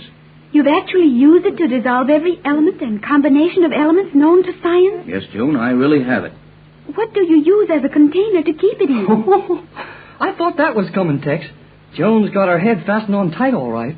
Is your head loose, Jerry? Now, don't you two start that again. Jerry is really paying you a very high compliment, Joan. He thinks it's clever of you to ask such a question. To ask that is only natural, I think. For if you have something which will dissolve everything, how could you keep any of it? It would eat its way through any container. You may think it's natural to ask that, Joan, with the training you've had here. But most people pass it up. Anyhow, I have the formula, and it will eat its way out of anything you put it in. And that very fact is a thing I think will save our lives and get us off this island. But how? No more now, Jerry. I hope we haven't talked too much about it as it is. Here's where we get it for the trick we played on them. G47 will be very angry. Can't help it now. Come in. Oh, Skipper. What is it? Pigeon. Something happened to the other pigeon? What's up, Skipper? Someone at the pigeon cote? Was. Someone been there and done something to the pigeon? Oh, Ted. Steady, Pat. You three stay here. I'll take this other pigeon and go and see. Shove off, Skipper. Now, what's up, I wonder? Oh, I hope they haven't harmed the other one. I wouldn't mind their taking it away from us to keep us from using it, but I'd feel very badly if anything happened to them. You are so sweet and kind, Mother. I think those are the words I want to use, but we know so little of those qualities on Euclidia that I do not even know how to speak of them. You're doing all right, Joan. For a girl that didn't know anything when I landed here, you're getting so you talk pretty near as good as I do. You mean I speak nearly as well as you, Jerry? Oh, what's the use? I'm afraid, Jerry, that Joan is rapidly learning our careless manner of address, and she's really right. I want to speak as you do, Mother, and I want to go to your world and learn all about it. Our chances of that aren't boiling over right now. Oh, now, Jerry, you must not get in that frame of mind. You must keep happy and foolish to help the rest of us. Yes, Jerry. Tex is inclined to look on the dark side of things, mostly to keep us from getting our hopes too high, I think. But we've learned to look to you for the bright side, so don't let us down. Oh, I'm sorry. Only things happen too fast here for me sometimes. Now this pigeon thing. We had our hopes all worked up on getting a message to Johnson, and the pigeon comes back.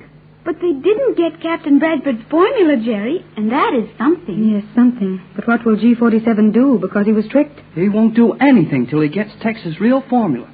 Jerry may be right, Mother. G47 and his assistants have a patience that is terrible. Their plans and formulas have been complete, their equipment ready for world conquest, and their supplies on hand for many months. Yet they have waited patiently for this chance to get Captain Bradford here with his formula. But why did they have to make such an involved process of it? A simple message that you had been found living here would have brought us at any time. I don't know about that, Mrs. Gregory. Remember how many times you have been fooled about Joan being found someplace, and how you even wondered about coming here. I know the Euclideans wanted to be sure you left your home without any suspicion of what you would find, as they feared Captain Bradford might leave instructions behind him as to what to do if you did not return as you had planned. If these men fear anyone or anything in the world, it is Captain Bradford. Gee, it's great to be that important. But you, Jerry, you are also important. Me? How come? You have some very powerful radio apparatus in your home in Hollywood, you and your father. Is that not so? Jerry, they must have heard you sending with your 1 1/2 meter set. Oh, I don't think it would pick up here. It's just a homemade affair. Oh, it was heard here. And it was heard to answer the call which brought you down here. Jiminy Jimcracks. Do you mean that when I heard that report about the old sailor and tried to get more information about it, that they really heard my QRF here? Yes, Jerry. They heard you very plainly when you repeated the message G47 sent. And you said you would try to locate Mrs. Gregory, Mother, and get the message to her. Now, Jerry, how does that feel? See how important you are? Well, it's no surprise to me. I always had an idea I'd turn out to be a pretty important guy. And you take it all so modestly, Jerry. Oh, gee. And your face is so red, Jerry. You look so funny. Joan, dear. Joan, you laughed. That's the first time I ever heard you laugh. We do not laugh on Euclidia. I never felt like that before. It's a nice feeling to laugh. Jerry, you must make me laugh some more. Will you please look foolish again so that I may laugh? Oh, sure. Oh, no, I won't. Well, I can't figure that one out. Here's the other pigeon, not hurt a bit. Skipper said one of G47's men came and took it out of the coat. Handled it very carefully and put it back. What could that be for, Tex? I don't know. Oh, they just did something to it so it can't carry messages for us. May I see the pigeon, Captain Bradford? Certainly, Joan. Here you are. Such a soft and warm little thing.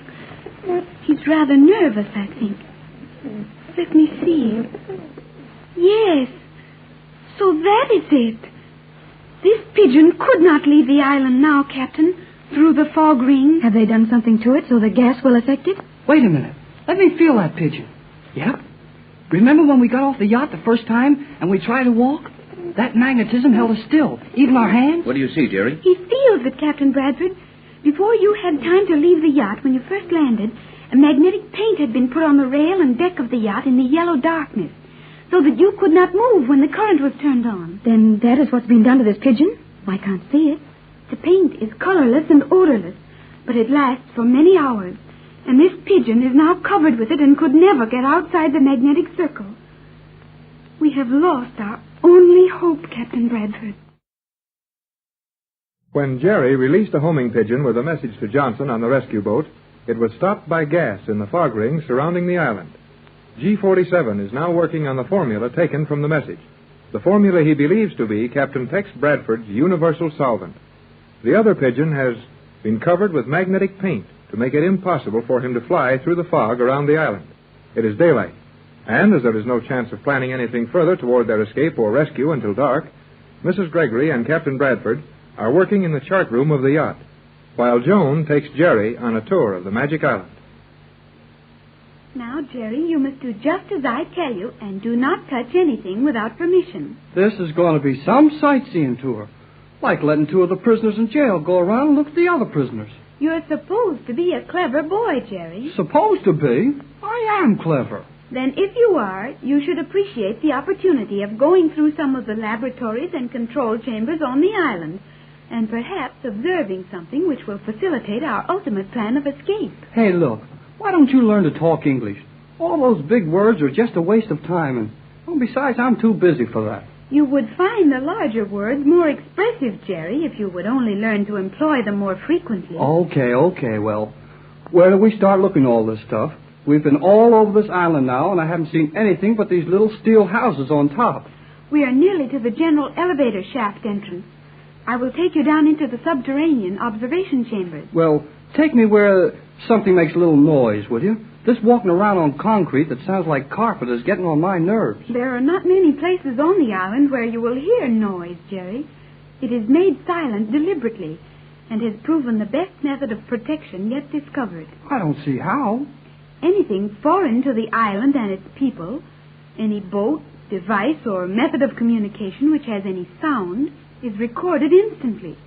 While if there were local noises, it would be difficult to distinguish sounds emanating from an outside influence. Never mind. I'll figure out the next one myself. Here we are, Jerry. Here we are where? At the elevator entrance. Well, maybe you're right. But I can't see anything except this little platform of steel on the floor of the island. That is the elevator. Gee whiz. Cleostra at the main elevator shaft. Cleostra at the main elevator shaft. Hey, what is this? Your name's Joan now. Cut out that Cleostra stuff. I am called Cleostra here on Euclidia, and it is the only name they will ever recognize. Oh, all right. But what was that hocus-pocus you started to recite?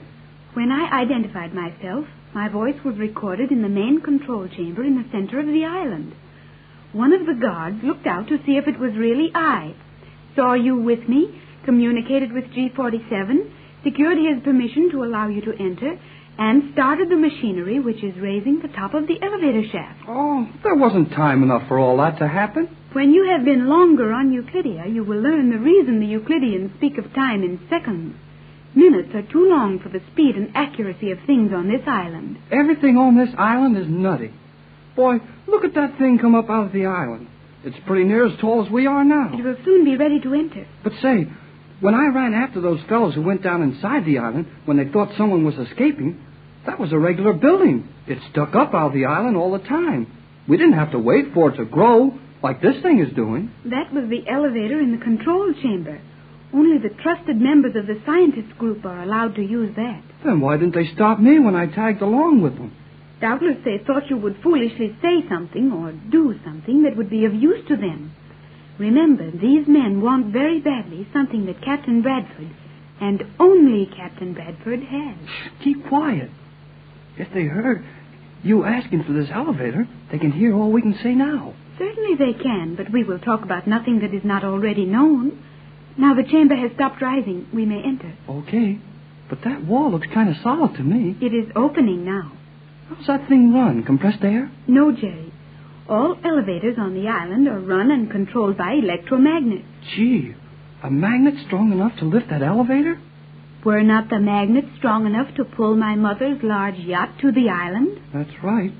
Boy, what a place. Now we will enter. Hooray! Something makes noise. Boy, I'm going to stay in this elevator just so I can hear the noise of our feet. Stop that, Jerry. The Euclideans will not like it. The vibrations will be so heavy they will overload the delicate recording instrument. Anyhow, I found a place I can come to for a little noise when the quiet on the rest of this island drives me crazy. Now we will descend. To what floor would you like to go? Make it easy on yourself, kid. Jerry, I do not know what you mean. I'm sorry. What I meant to say was, it will be my pleasure to leave the choice of points of interest on this tour completely in your hands.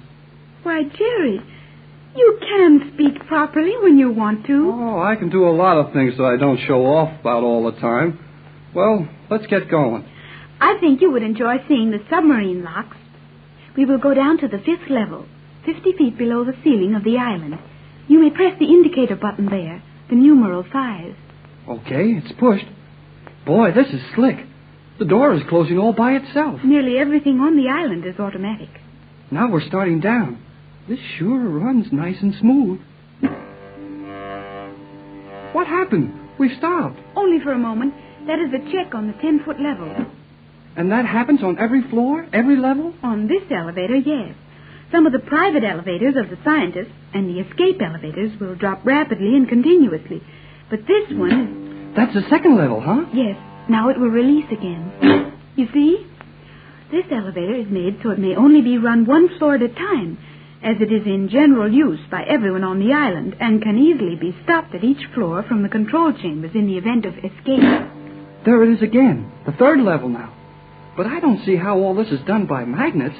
Of course, I can feel them take hold and then let go of the car. Like that one just then let go.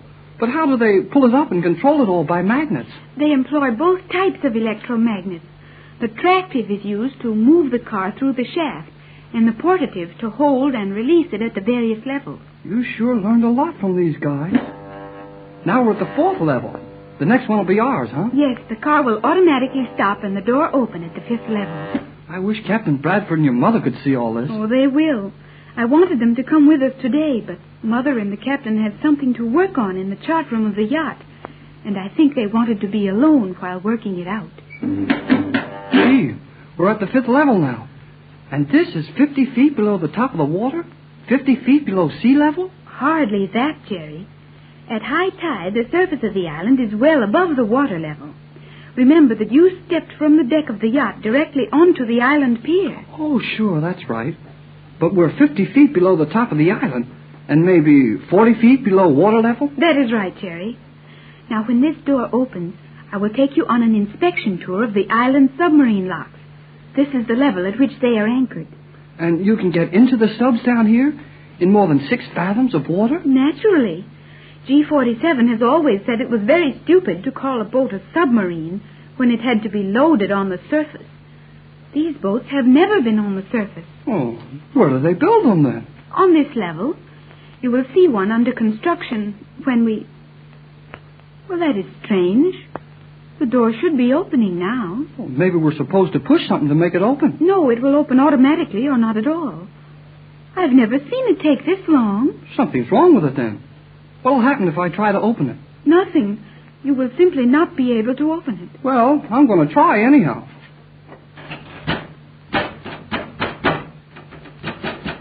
No, nothing doing. Well, this is your party. Where do we go from here? It must be that something secret is being done on this level, and the door checks are set. Push the indicators for one of the other levels. We will go there for the time. Okay. I'll try number 6. There we are. On the 6th level, you will see the... Jerry, something is very wrong here. The car does not move. By Ginger, you're right. We're stuck. I guess their electricity has failed them. Jerry, that thumping noise. This car is going to be held here. What do you mean? What's that noise? Those are the permanent magnets being set into place to hold this car. You can hear them taking hold. What does that mean, Joan? I'm afraid, Jerry. It may mean something terrible. There's an emergency of some kind. All the electrical energy is needed someplace on the island. That is why they're placing the permanent magnets to hold this car, so the electromagnets will not drain the current supply. Well, what can we do? What can happen to us here? I am not sure, though I think we are in no danger. But what is happening? Well, whatever it is, I don't like it. I'm going to try pushing some of these buttons for the other levels. Well, that will do no good, Jerry. I'm sure the current has been taken from the electromagnets. Yes. And it is being taken from the lighting system. Golly whiskers. The light's going out. It's gone. Oh, Jerry. What will happen now? Now, don't act like a girl. We've got to... Hey, what's that noise? Water. Water rushing around the elevator shaft. The submarine lock must have broken. Oh, Jerry. In this awful dark, with the water rushing around us, what will happen? If this car is airtight, we'll be all right. I guess. There's that alarm gong again. What's that mean? That is the submarine level emergency signal. Jerry, the lock must have broken. The ocean is flooding into this level. Oh, Jerry! Jerry! Gee whiz, Joan. You act just like any other girl when something's gone wrong. You ought to know all about these things. Can't you do something to get us out of here? No. The electricity is turned off. The car can't be moved. And if we could open the door, we would be drowned. But somebody will come and get us out. They know we're in here. Well, that would make no difference to the Euclideans. Their island comes first with them, and we will be looked for only after the damage is repaired and the instruments checked. But gee, We can't stay in here. This thing's airtight. I know it must be, and we'll run out of air to breathe pretty soon. Yes, the air will be shut off. Oh, Jerry, I'm afraid. Listen to the water. The elevator shaft is shaking with it. Yeah. It's getting kind of hard to breathe in here. Oh, Jerry, listen.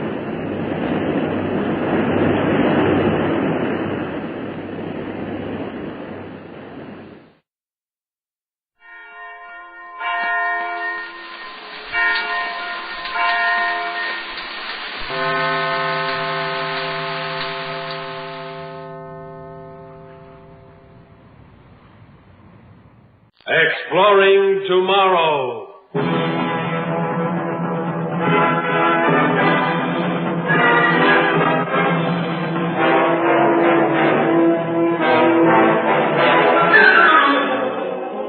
And now, here is your guide to these adventures of the mind, John Campbell. The 2 o'clock jet from Montana has just landed at New York, bringing in some 200 passengers, including some who have come to the world's largest city for the first time. Roy Bartlett is one of these. Big strapping kid out to seek fame and/or fortune. And New York was ready for him. The ancient custom of fleecing the country yokel will not die out for quite a few centuries to come.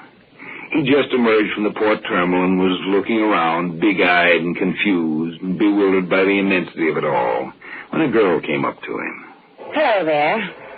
Waiting for someone? Do you speak to me, miss? That's who I was talking to, handsome. I asked you, are you waiting for someone? Oh, no. That is... I just got here, miss. I came in from Montana on the jet plane there. Oh. You got friends here? Oh, I'm afraid I don't, miss. I just sort of decided to up and come to the city and sort of try my luck at it. Well, maybe I can help you. I sort of like you.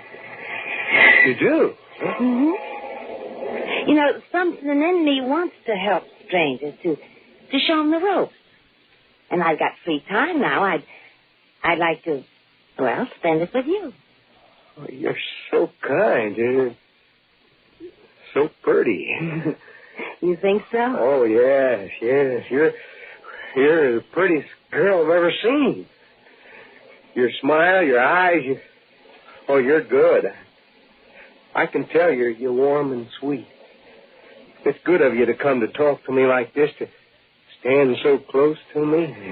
Well, I think I like you, too. What did you say your name was? I didn't. Oh, I mean, it's Bartlett, Roy Bartlett. Well, I'm Diana Lawson. You're big. Strong out there. Handsome. Well, does it always happen this way? Suppose we stop in for a bite to eat at that refresher mat and get to know each other, huh? I think that's a wonderful idea.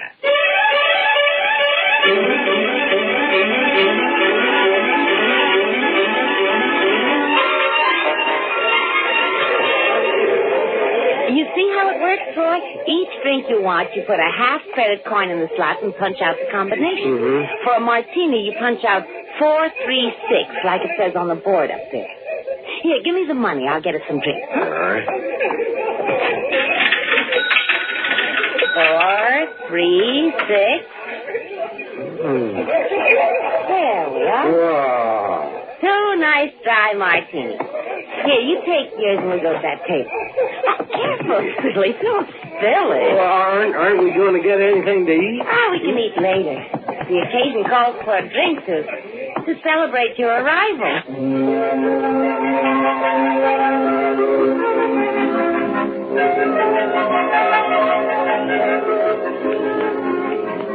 Here you are. And sip it this time. Well, I'm sorry if I did the wrong thing with the drink. I just didn't know, you know. Of course you didn't know. But you'll learn all these things, Roy. Where you from? Why are you here? Well, I worked all my life on my father's farm, and he died last year and left me all alone out there, Steve. I kept things going a while and then figured I ought to try something different. And sold the farm and I bought a ticket to New York. And one-way ticket. It must seem like a different world to you. Oh, it does. Big and frightening, unfriendly. At least it seemed unfriendly at first. Till I met you, Diane. I can't ever thank you enough for coming over to me when I was alone. You don't need to thank me, Roy. Just common decency to help a stranger out. Especially when he's a good-looking stranger. When are you seeing the central computer? The what? The central computer. Huh? Well, it runs New York, you know. Keeps the trains moving, the traffic lights, everything. You have to register with the computer when you establish permanent residence here. If you don't have a job, the computer will give you one. You didn't know that? I guess I hadn't heard. Well, where'd I find this computer? Just ask any policeman. He'll get you there. Diana, you're swell for helping me out like this. I mean, I was... Oh, there's some way I could thank you for this. Oh, I told you it's just common decency. Roy, the money from the sale of your farm, did you bring it with you? You bet. Yes, sir. $5,000 in cash and the same in traveler's checks. Oh, so much. You're carrying it around with you? Yeah, sure. Hey, that's dangerous, Roy. You better put it in the bank right away. Well, I don't know any banks. Oh, I'll take you to one. Come on. Unless you want another drink before we go. No, I haven't finished this one yet. There. Wait a minute.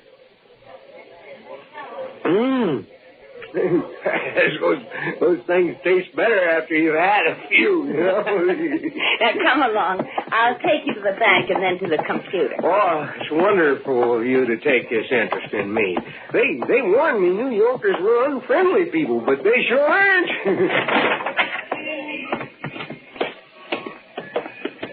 Down this way. In here. But it's dark and there's... Hey! Go ahead, Mike. Hit him. Get away from me, you... Leave me alone. Diana! Come back! Diana!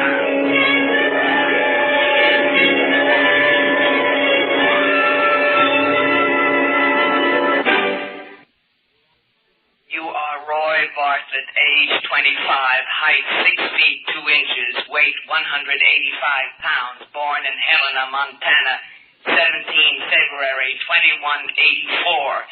Parents deceased. If any of this information is incorrect, please amend it. That's all correct, sir. Use of honorific titles is not necessary when addressing us. According to the report of the police officer who found you, you were beaten and robbed shortly after your arrival in New York. That's right. She said she wanted to help me, to show me the ropes in New York. Identify more specifically the she to whom you refer. She gave her name as Diana Lawson. Describe her.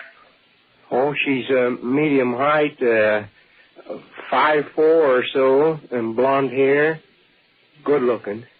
Cute face, though the eyes are a little hard now that I think about it. She looks about 23 or so. Our record banks hold no information on someone of that name fitting the description you give. The name was obviously assumed. Your introduction to New York life was unfortunate, but not uncommon. Do you plan to remain here as a permanent citizen? Yes, I mean, yes. What are your vocational plans? I'm afraid I don't have any. Your previous experience is wholly agricultural. This will be of little use to you in the metropolitan area. Have you any preference for the type of work you would like to do? This would guide us in assigning you. I'd like to help people, if you know what I mean. I'd like to keep people from having the thing happen that happened to me. I mean, New York is full of confused, unhappy people who have to prey on others like the girl did on me. You regard her as confused, unhappy? Of course. I can't think of her as being just, well, wicked. People aren't born bad or good, they're raised that way. Maybe she could have been helped a few years ago, and then she wouldn't have to go around robbing strangers. You harbor no hatred for the girl. I sort of never looked at it as hatred, sir. I'm sorry, sir, I can't help calling you, sir. If it makes you more comfortable, you may. Thanks, sir. Well, as I was saying, no, I don't hate that girl, Diana. I'd help her if I could. She is a warped criminal. But is that permanent, sir? Can't she be brought in and straightened out somehow? There is psychological rehabilitation for criminals, yes. Well, you mean if she could only be caught and brought in, she could be turned into a useful citizen? If she could be found in a city this large, it is not always possible to track criminals. Well, I'd like to try to find her, sir. I mean, that's my vocational plans. I'd like to become a policeman, sir. You will have to face psychological testing first, of course, and a training period of 6 months. But let us warn you, Roy Bartlett, if your motive in this is one of revenge, you will not survive the first battery of tests. Revenge? Oh, no, not revenge, sir. I want to help that girl. And the others like her. Honest, that's what I want to do. This will be demonstrated in the tests. Do you think I'll make the grade, sir?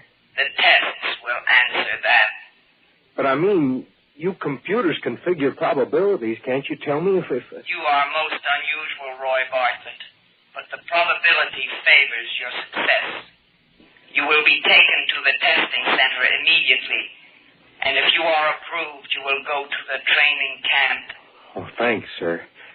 Thanks for listening to me. Will you wish me good luck? Our data banks do not show the validity of such a wish, Roy Bartlett. But if your statements today were sincere, you should have no difficulty attaining your goal. The robot will show you to the testing center.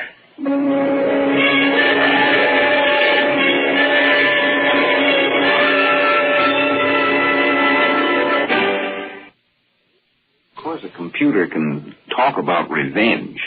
That's a word that can be put in its vocabulary. But it couldn't understand what revenge meant. It couldn't understand human feelings of any kind. For that, human beings are necessary.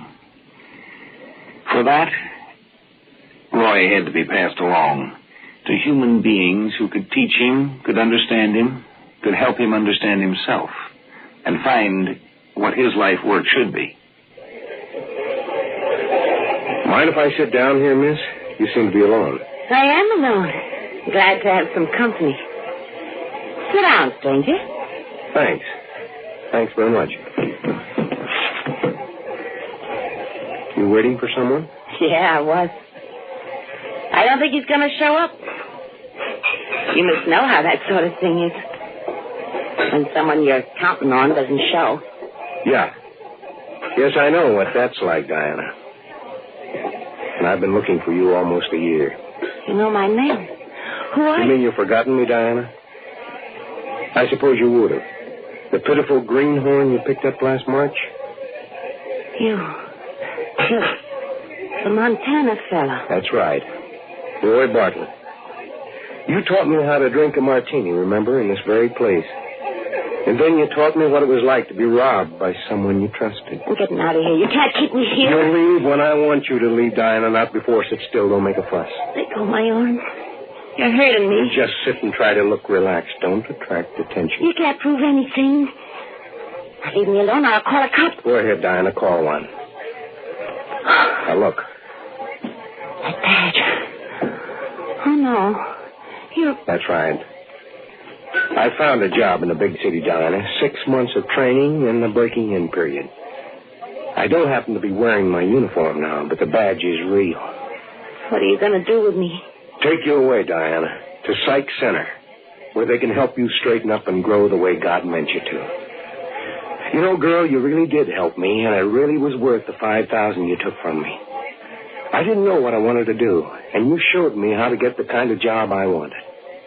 What are you talking about? You never done any farming, have you, Diana?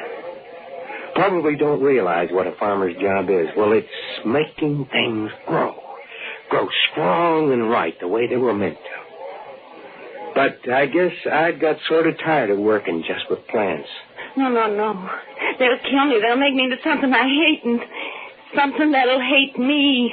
It won't be me. I'll be a zombie or something. I suppose it does seem that way. You never tried it the other way, though, have you? Without hate and bitterness driving you.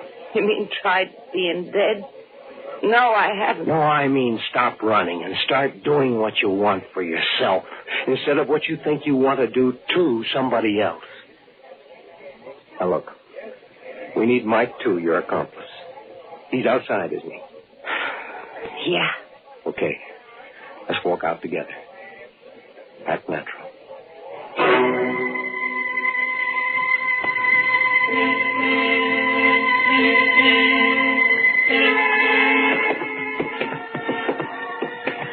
That's right. Just walk along with me as if I'm a rube you picked up when you're taking me down the block to that dark alleyway. Yeah. Where's Mike? Is he right behind us? He ought to be. Mike, get him! He's a cop!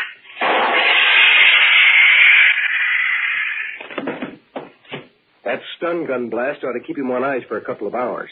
Long enough to get him down to headquarters, anyway. I hate you. Why'd this have to happen? Why couldn't you left me alone? I wanted to help you. Help me? By turning me in like this behind me over at the head shrinker? They'll heal you, Diane. Take all the bitter hatred out of your mind. Make you a useful citizen. Who wants to be a useful citizen? I had a good thing here until you busted it up. Now they'll fix me so I'll have to go straight be a good girl. Sew buttons on shirts for 30 credits a week. There are good jobs open for rehabilitated criminals. Nobody will hold your past against you. Good job. I'll never be able to go near my old friends. I'll have to begin life all over as somebody new. That's right. And I'll be there to help you start all over. You? Sure. I'll be there to help you. I told you I owe you that. Come along now.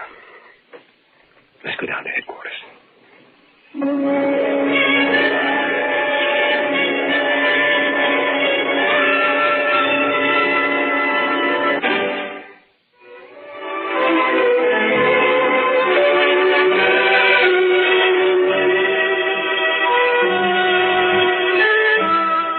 Some people like to work with material things, and some can't see beyond it. When they can't see beyond material things, they're like Diane. Some people like to work with information, bits of data. Accountants, lawyers, many people work with data and information. So do computers.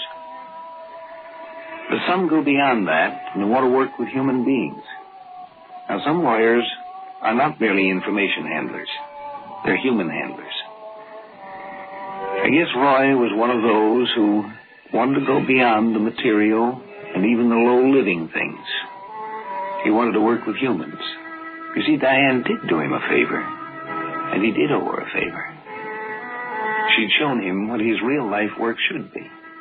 Presenting the transcription feature, Superman. Look, up in the sky. It's a bird. It's a plane. It's Superman. Yes, it's Superman, strange visitor from the planet Krypton, who came to Earth with powers and abilities far beyond those of mortal men. Superman who can leap tall buildings at a single bound, race a speeding bullet to its target, bend steel in his bare hands, and who, disguised as Clark Kent, mild-mannered reporter for a great metropolitan newspaper, fights a never-ending battle for truth and justice. And now to our story. It begins today in the office of Perry White, managing editor of the Daily Planet. With America arming for defense, the role of the great daily newspaper has become an important one. Hour after hour, day in and day out, by phone, radio, and teletype, an endless stream of vital information reaches the editorial desks, there to be turned into news. The busy offices of the Daily Planet are no exception. As we join Perry White, we find him issuing instructions to 3 of his key men. Listen. Robert, I want you to cover coal mining. Get me all the facts, production figures, tonnage, everything connected with the part coal is playing in national defense. Okay, Chief. Jackson, you're to report on steel production. Right. Buckley, you take water power. Yes, sir. Now, I want you men to get going immediately. We're holding page 1 of the second section open for your byline stories. But understand one thing. I don't want any warmed-over stuff. Dig way down deep. We want to tell our readers exactly what American men and women are doing to protect democracy. Okay, go back to your desk now. You're on your own. Thanks, Chief. Miss Barnes, send Clark Kent in immediately. And check Adams on those plane production figures. Should have had them 2 hours ago. I don't care what the reason is. We're running a daily newspaper, not a monthly magazine. Get those figures. Always handy with excuses. Busy with this, busy with that. Maybe if they wasted less time thinking up excuses, they'd have some must sense. have money in the bank, Mr. White. What? Huh? What? Oh, it's you, Kent. Talking to yourself. That's supposed to mean money in the bank. No, I'm just going crazy, that's all. I'll be cutting out paper dolls soon. What's up? All right, now, my blood pressure. I asked for American plane production figures 2 days ago and haven't got them yet. What's the use? Sit down, Kent. Okay. Kent, this newspaper has been falling down on the job. Oh, circulation dropping? No, of course not. I mean, we're falling down on our coverage of defense news. The newspaper owes an obligation to the public, an obligation to keep every reader in touch with what's going on. Well, we run stories on armaments, planes, battleships. Yeah, that's not enough. There's more to it than the actual manufacture of implements of war. There's a bigger, more interesting story. The story of America's national and natural resources. The story of where national defense starts. In the coal mines, and the steel foundries, on the oil fields. Sounds like a great idea, Chief. No, what I want you to do is this. He's a special delivery letter from... Why, you insolent little brat. Didn't I tell you last week never to come tearing into my office like a tornado? You're fired. But the letter is from Tumbleweed Jones. I don't care if it's from Santa Claus. You're fired. Wait a minute, Mr. White. I'll close the door. Nobody's talking me out of it this time. He's fired. Do you understand, Kent? He's fired. I don't think you're being quite fair, Mr. White. After all, I'm running this newspaper. Or am I? Why, of course you are. What I was going to say was that I can understand Jimmy's enthusiasm. You remember Tumbleweed Jones, don't you? No, and what if I did? Well, Tumbleweed was that cowboy we met out west, Jimmy and I. Matter of fact, Tumbleweed Jones saved Jimmy's life. Is it any wonder he forgot himself when he saw a letter from him? All right, then. He's not fired, but get him out of here. Oh, aren't you going to read the letter, Mr. Kent? It's special delivery. Maybe it's important. Oh, I'm sure it's important. So important that we ought to stop all work immediately. Declare a holiday, run up the flags, hire a brass band. Mr. White is being funny, Jimmy. Yes, funny as a crutch. Oh, go ahead, read the letter and get it over with. I can wait. I just work here. There's no hurry, Mr. White. I'll read it before that kid has a nervous collapse. Oh, Jimmy? Okay. Oh, what's it say, Mr. Kent? Just a second. Let's see now. Dear partner. Oh, gosh, that sounds just like Tumbleweed. We can dispense with the side remarks. I'm sorry. Dear partner, first off, I gotta tell you I'm one ornery cayuse for not having written sooner, but writing don't come easy. And since I've been a pretty busy hombre drilling oil... Did you say drilling oil? Yeah, that's what he writes. Since I've been a pretty busy hombre drilling oil, there ain't been a whole lot of time. You see, Comanche Joe up and give me a parcel of land to raise beef on, and what do you know but I struck oil. Yes, sir, not only me, but everybody in these parts has struck it, and it just ain't ranch country no more. That's a wonderful break for Tumbleweed, isn't it? Oh, it's swell. Go on. Finish the letter. Let's see, where was I? Oh, yes. And just ain't ranch country no more. Of course, striking it rich like I done ain't all honey. They say oil is good to smooth things over, kinda, but this oil of mine has got me into a little trouble. That's why I'm writing it, partner, figuring maybe you could get some of them smart city lawyers to kind of unlimber this trouble for me. Of course, I'll foot the bills on top of being much obliged to you. If I'm asking too much, just you hog-tie me and there'll be no hard feelings. If you can help me out, just write me a letter telling me so, and I'll send you all the information pronto. In the meantime, say hello for me to Jimmy, and tell him if he ever gets out this way again, I got the best dang pinto pony for him he ever set eyes on. Oh, golly. Your friend, Tumbleweed Jones. P.S. I still make the best darn fudge in the world. I'll leave it to Tumbleweed to get in a plug for his fudge, huh? Gosh, I wonder what sort of trouble he's in, Mr. Kent. Whatever it is, Jimmy, you can bet we'll move heaven and earth to help. I'll send him a wire. How would you like to go out there, Kent? Do you mean that, Mr. White? Is your name Kent? No, sir. Then keep quiet. You serious, Mr. White? You don't think I'm talking to keep myself amused, do you? Of course I'm serious. You see, before this excuse for a copy boy barged in here, I was about to tell you I'd picked you to write the story on the oil industry and its part in national defense. I don't know any better place to start than an oil field. Sounds wonderful, Mr. White. I can kill two birds with one stone. What about Jimmy? Well, what about him? Well, I thought perhaps he could... I knew it. Don't worry about me, Mr. Kent. I'd like to go, You but... see, Mr. White, Tumbleweed and Jimmy were very close friends. In fact... I'm a jellyfish. Nothing but a jellyfish. You mean I can go? Yes. Oh, yippee! Stop that racket. Now, Kent, don't forget you're going out there to write oil stories, not to play around. Oh, you can count on me, Chief. All right, come on, Jim. We've got tickets to get. Close the pack. Oh, gosh, thanks a million, Mr. White. Will you two lunatics get out of here before I go back?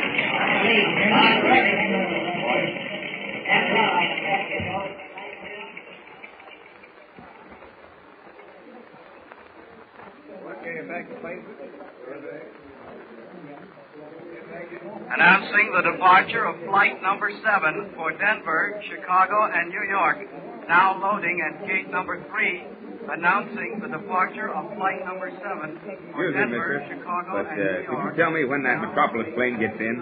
I got a telegram here that says she's due at 4:20. Is that right? That's right. Be in any minute now. Much obliged. Right. Expecting someone, Tumbleweed? Huh? Oh, I didn't see you, Mr. Larson. I spotted you waiting at the gate. Expecting someone? Yep. You didn't order yourself a wife from one of those big city matrimonial bureaus, did you? Shucks, no. Nothing like that. I got some friends coming in from Metropolis. Huh? A reporter fella named Clark Kent and his little partner, Jimmy Olsen. News reporter, huh? Yep. Darn good one, too. He's smart on the whip. Have some fudge, Mr. Larson? No, thank you. You haven't changed your mind about joining the Oil Association, have you, Tumbleweed? No, not so you'd notice it. I ain't taking orders from no crooked cayuse, even if he is president in the bank. No, sir. I'd sooner eat crow. Oh, I don't think you're being fair to Mr. Cheney, Tumbleweed. It just happens that he owns the only pipeline and railroad spur that can transport oil from this section of the Bear River refinery. He organized the association to protect all you boys from outside interference. That's his story, and it don't make good telling. Now, look, Tumbleweed. I've been your oil broker ever since your first well came through. But I can't sell your oil unless it gets to the refinery. It'll get there. How? It ain't no secret now, 'cause them trucks are sitting by my number 1 well, filling up right this very minute. Trucks? Yep. 3 big oil trucks, Mr. Larson. They hold 2,000 gallons apiece. I'll be delivering oil to the refinery tonight. You mean you bought oil trucks of your own? Nothing else but. Well, Tumbleweed, all I've got to say is I think you made a Attention, big... please. Announcing the arrival of Flight 9 from Metropolis at Gate 6. Announcing the arrival of Flight 9... I'm sorry, Mr. from Larson, but that's the plane I've been waiting for. I'll be seeing you shortly.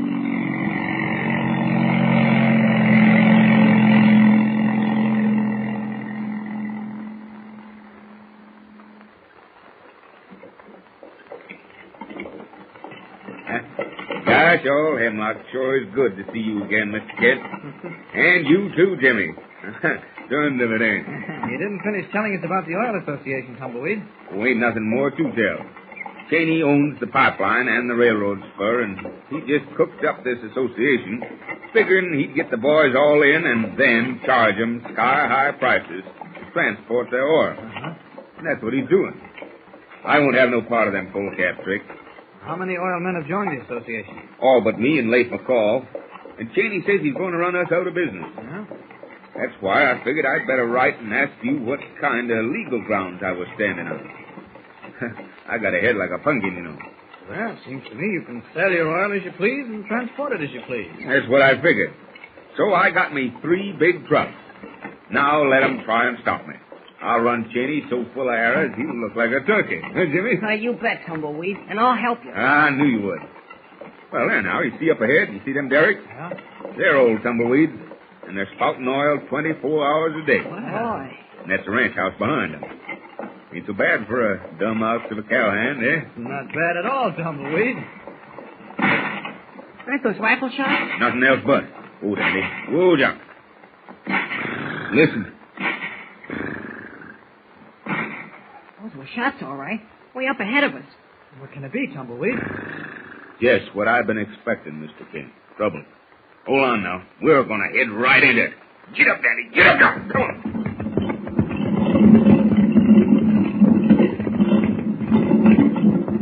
Is Tumbleweed right? Do the rifle shots indicate trouble at his oil field?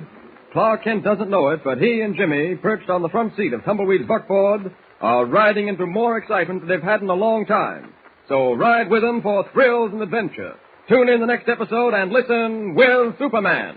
Don't forget, tune in again for the next thrilling episode with Superman.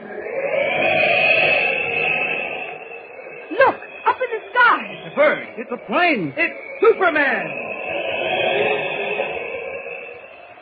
Superman is a copyrighted feature appearing in Action Comics magazine. Presenting the transcription feature, Superman. Look, up in the sky. It's a bird. It's a plane. It's Superman. Yes, it's Superman, strange visitor from the planet Krypton, who came to Earth with powers and abilities far beyond those of mortal men. Superman, who can leap tall buildings at a single bound, race a speeding bullet to its target, bend steel in his bare hands, and who, disguised as Clark Kent, mild-mannered reporter for a great metropolitan newspaper, fights a never-ending battle for truth and justice. And now to our story. When Clark Kent and young Jimmy Olsen flew west, they were met at the Lost Valley Airport by their old friend Tumbleweed Jones. Tumbleweed, together with most of the ranchers in the locality, had struck oil on a small parcel of grazing range given him by Comanche Joe. But he had also run into trouble. Abner Cheney, president of the local bank, owned the only pipeline and railroad spur capable of carrying crude oil to the refinery. In order to get high prices for transportation, he had organized an association, threatening anyone who refused to join up. But Tumbleweed Jones would have none of the association and bought 3 of his own tank trucks. All this Kent and Jimmy learned as they drove to Tumbleweed's oil field on the buckboard. As they approached it, shots rang out. Tumbleweed sent the horses into a mad gallop, and the buckboard swayed perilously as it raced over the dirt road. Listen. I can see a tank truck from here, Tumbleweed. Parked near that big shed. They're red, aren't they? Yep, that's them. But what are all the hands crowding around him for? What was that shooting? Oh, maybe they're just welcoming us in typical Western fashion. No, I didn't let on to nobody you was coming. Something went wrong with them trucks. Get up, Danny. Get up, John. Come on. What could possibly have happened to the trucks, Tumbleweed? I don't know, but we'll find out soon enough. Whoa, whoa there. Whoa. Great Scott, look. Someone shot bullet holes in the sides of the trucks. They're spouting oil. It's all over the ground. Confound it, some ornery cayuse is going to pay for this. Come on, Mr. Kent. Okay, come on, Jimmy. Okay. He done it, Tumbleweed. He done it. Who shot them trucks up, Buck? We don't know. They was all loaded waiting for you to give the order to start for the refinery when a bunch of hombres come racing by an automobile and gunned them with them 5-shot high-powered rifles. Low down, sneaking weasels. Recognize any of them? Nary a one. They drove past them trucks like greased lightning and filled them full of bullet holes. Lucky nobody stopped lead. Sure was flying. Come on, Mr. Kent. I reckon this needs some looking into. Hey, careful we step, Jimmy. There's oil all over the ground. I see it. Gosh, you're mighty. Them tanks sure have got holes in them. 1, 2, 3, 4, 5 in this one. 6 in that one. Only 4 in the one on the right, Tumbleweed. Well, that's enough. Now, what two-footed rattler could have been behind this business? Well, whoever it was someone who knew these trucks were full of oil, ready to leave. I can't figure that out. I only told one fella about it, Larson, my oil broker. And that was less than half hour ago, back in town. What puzzles me is why did they take a chance on shooting them up in broad daylight? The trucks just got here this morning. Well, you're lucky it's only the trucks, Tumbleweed. They might have set fire to the whole field. Lucky, huh? Well, maybe. What are you going to do now, Tumbleweed? How are you going to deliver that oil like you promised? We'll figure it out somehow. Now, quiet, boys. Quiet over there. Pipe down. Boys, first off, I want you to meet some old friends of mine. This fella here's Clark Kent. He's a reporter on a big newspaper back east. Hello, everybody. And this here lad is Jimmy Olsen. The Comanche tribe gave him an Indian name last time he was out here. They called him Laughing Squirrel. He works on Mr. Kent's paper. Now, Mr. Kent and Jimmy are both paying me a little visit. And I want all you hombres to understand they got the run of the place, like they own it. You savvy? All right, boys, now listen. Buck here tells me that nobody's seen the cayuses who shot up the tank cars. Now, that's too bad. Because if we knew who they was, we'd go get them and string them up pronto. You bet we'd string them up. But we got to figure some way of fixing the trucks so we can deliver our oil, boys. We just got it. Oh, sure we got it, Tumbleweed, but how? How are we going to do it? Them trucks is all full of daylight. The only way you can make delivery is by using Cheney's pipeline. Nothing doing. I bought them trucks so I wouldn't have to use that crook's pipeline. And you know how I raised the money? Well, I borrowed it from Cheney's bank. Now, don't get no ideas that Abner Cheney just up and give me the money. No, sir. He lent it to me. And this land we're standing on right here, and all the oil under it, that gets to belong to Cheney lock, stock, and barrel if I can't pay him back. And I can't pay him back if we don't move this oil to the refinery and sell it. You savvy? Yeah. Well, boys, now you see how it is. Well, we're all with you, Tumbleweed, but how are we going to fix them tanks? Hey, I got an idea, Tumbleweed. Let's patch them. Patch them, Mr. Kent? There ain't time to weld them holes if that's what you're thinking. No. I wasn't thinking of welding. I know something much simpler. Well, let's hear about it. Well, there's a large hatch on the top of each of those tanks, big enough for a man to climb into. Just hammer some wooden pegs through from the inside of the tank. That way they can't fall out. The pressure of the oil will keep them in. Hey, now that sounds like it kind of might work. We'll try it anyhow. Hey, boys, now y'all heard what Mr. Kent said to do. Yeah. You all start doing it. Get some saplings down off the hill and whittle them down. It's just after 3 now. We'll want to leave about 7:30 tonight when the moon comes up. You think you can finish it up in time, do you? Well, we'll try. Okay. Limpy, Buck, and Frank, you go get the sapling. Lemon Smoky here can work on the inside of the tank. Let's go, fellas.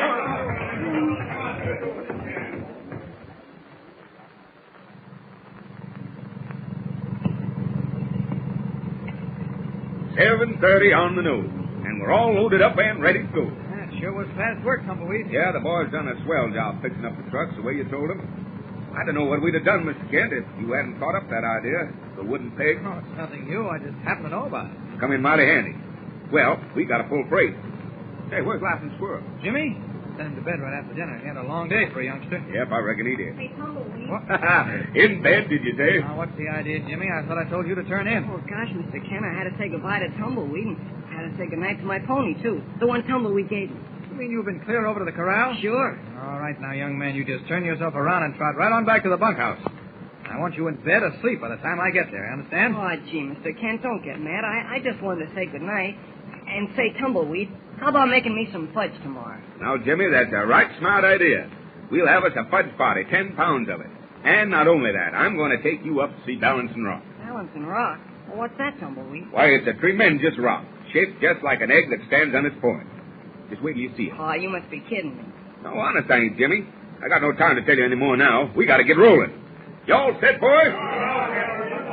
Now, we're taking the Mesquite Canyon Road, boys. That's round by Balancing Rock. And there's a couple of pretty steep grades. So run about 30 feet behind the truck in front in case we got to stop short. And keep a sharp lookout. That's all. So long!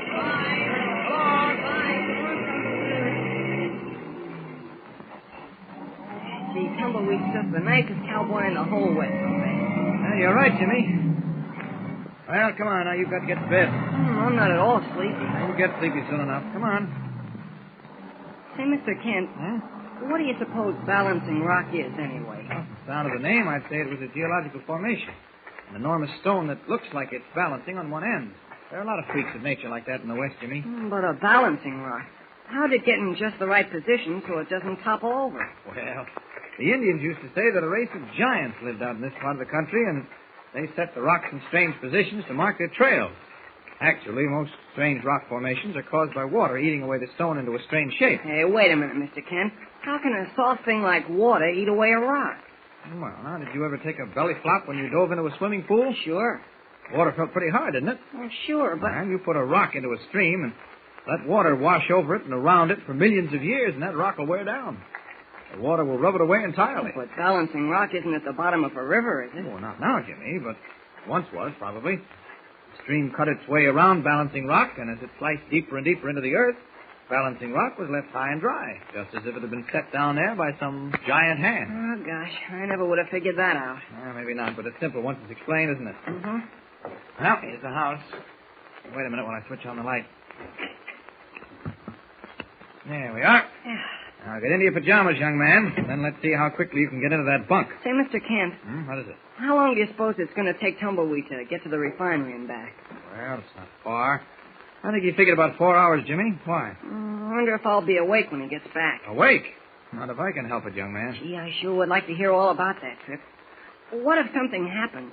Suppose the same men who shot up the trucks today were... Now, just you relax, Jimmy. Nothing's going to happen. We'll have plenty of time to hear all about it in the morning. All right. Climb in, young man. That's it. Keep the covers on you. It'll get pretty cold before morning. Say, Mr. Kent, I'm hungry. Hungry? After that huge dinner you put away? Why, you can't be. But honest, I am. Couldn't I get something to eat? A sandwich, maybe? Oh. All right, Jimmy. I'll try and get you something from the cookhouse, but frankly, I don't know where you're going to put it. Don't you get out of bed. Okay. I'll be right back.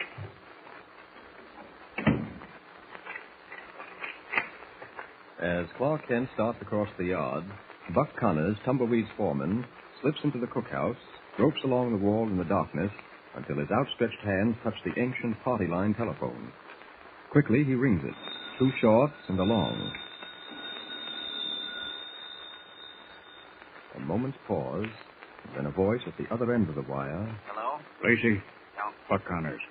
3 trucks just started from Bear River. How come? We put 20 bullets in them. Ain't got time to explain. Now listen. They're taking the Mesquite Canyon Road past Ellenson Rock. Get hold of the boys pronto and fix it so them trucks don't get through.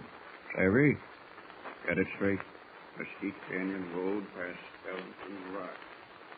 So Buck Connors is in on the attempt to keep Tumbleweed from transporting his oil to the refinery. How does he plan to stop the tank trucks from reaching Bear River?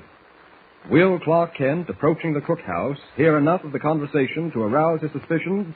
Something exciting is bound to happen, so don't fail to hear the next episode. Tune in and listen with Superman. Don't forget, tune in again for the next thrilling episode with Superman. Look, up in the sky. It's a bird. It's a plane. It's Superman.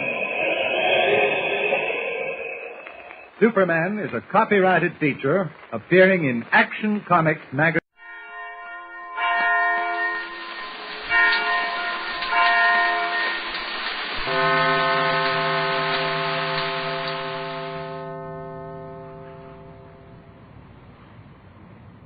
Kellogg's Pep, the build-up wheat cereal, invites you to rocket into the future with Corbett. Hey, Cadet. Stand by to raise ship. Blast off -5, 4, 3, 2, 1, 0. Roaring rockets blast off from distant planets and far-flung stars. We take you to the age of the conquest of space with Corbett, Space Cadet.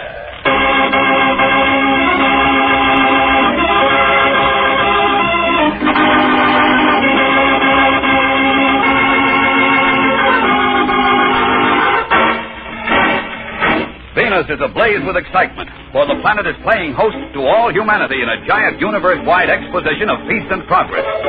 At the opening ceremonies at Venusport, a huge time capsule is about to be lowered into the ground, and Space Cadets Tom Corbett and Roger Manning, assigned as honor guards for the occasion, listen as Captain Strong finishes his speech to the assembled crowd. And so we dedicate this capsule to the civilizations of the future. Those who may dig this cylinder out of the earth in the ages to come will find within it the tools, the inventions, the scientific wonders which have made the era of the Solar Alliance one of peace and prosperity.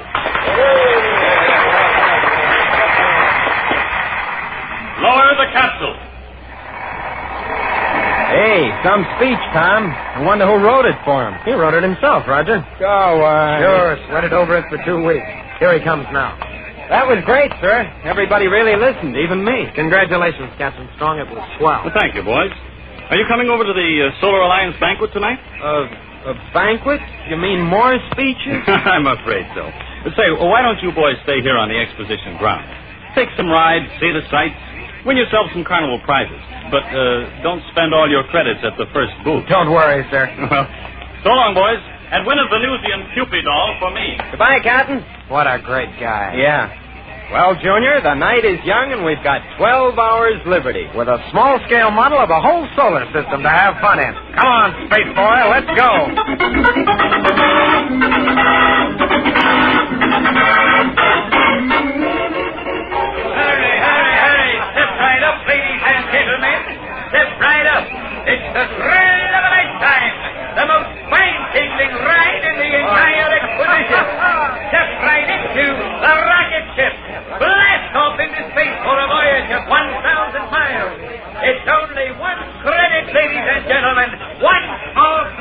Oh, step right up into the rocket ship. Hey, Tom, what do you say we go? What, on that right? Oh, why not? Oh, that hulk should have been shipped back for the furnace years ago. So what? Scared, Junior? Don't be silly. But with all the things they've got to do here, uh-oh, now I get it. What are you talking about? Those girls that just got on by themselves. Now I see why you're so anxious. Girls? What do you know? I never even noticed. I'll bet you didn't. Honest. But they are a couple of space dolls, Junior. Come on, let's get some tickets. 5 more seats, ladies and gentlemen. 5 more opportunities to leap like a gazelle into outer space. 2, please. 2 tickets for the space cadets who live in the great velvet skies.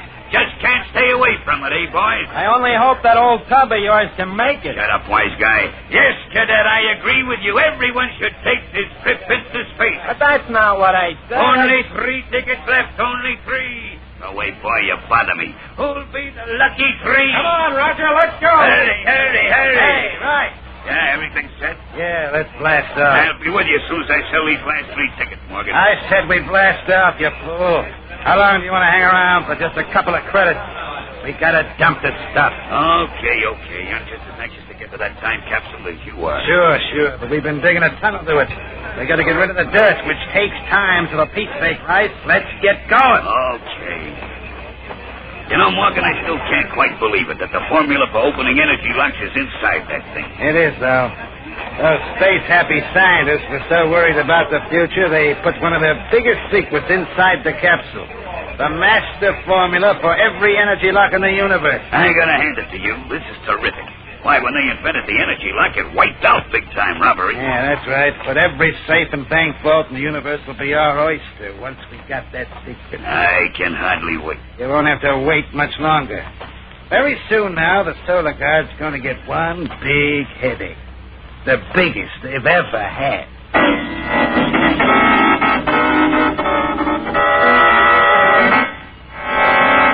We'll return to the exciting adventures of Tom Corbett and the Space Cadets in just a moment, so stand by. Well, that's a sorry sound. It's a rocket cruiser trying to blast off, but it can't. Somebody forgot to fuel up that cruiser, and without rocket fuel, that ship will never get off the ground. Now, here's another rocket cruiser. This one is different. This one is fueled up with the right amount of rocket energy. Boy, listen to that cruiser blast off and rocket through space. Yes, thanks to a good supply of rocket fuel, that ship is really going to go places. And, spacemen, you can have the blast-off power to go places, too, if you remember to fuel up in the morning with Kellogg's Pep. You see, Kellogg's Pep is that swell-tasting build-up wheat cereal that gives you lots of food energy. And you can really use that energy when you're rocketing through the day at full space speed. But that's not all. When you eat Pep, you get lots of food values to help build strong bones, tough muscles, and healthy teeth. And say, spacemen, just wait till you dig into a heaping bowl full of Kellogg's Pep. You like the mouth-watering taste of those rich golden brown flakes. Pep's swell whole wheat and malt flavor will have you asking for more. Covered with milk and sugar, Kellogg's Pep is a breakfast fit for a spaceman. And remember, while you're enjoying Pep's delicious flavor, you're giving yourself a real food energy blast-off. It's no wonder, then, that Kellogg's Pep is declared the spaceman cereal.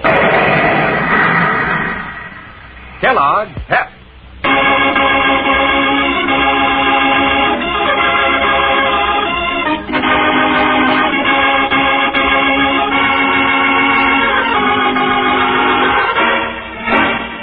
Tom Corbett and Roger Manning are at the Venusian Interplanetary Exposition, and on the Midway they see an old tub of a rocket ship. Amusement features which offers short trips into space. Roger spots a couple of pretty girls buying tickets for the ride, and persuading Tom to go along is all settled for an interesting evening. But neither of the boys knows about the sinister project which the concessionaires who run the ship have underway. Everything all set, Morgan? Yeah, one more shot of thrust and we're out of Venus's atmosphere. Then we can unload the stuff. Okay, here we go.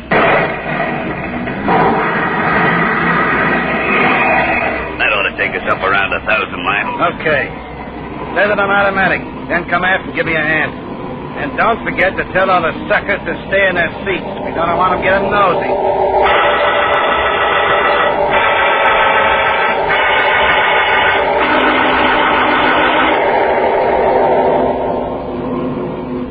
I'm getting restless doing nothing, Tom. Guess I'll go up and throw a little charm at those dolls. By the crater, Luna, what's that? The rocket's cut out. I hope we're in free fall out beyond the gravity pull. Take it easy, folks. Nothing to get alarmed about. We're in free fall around the planet.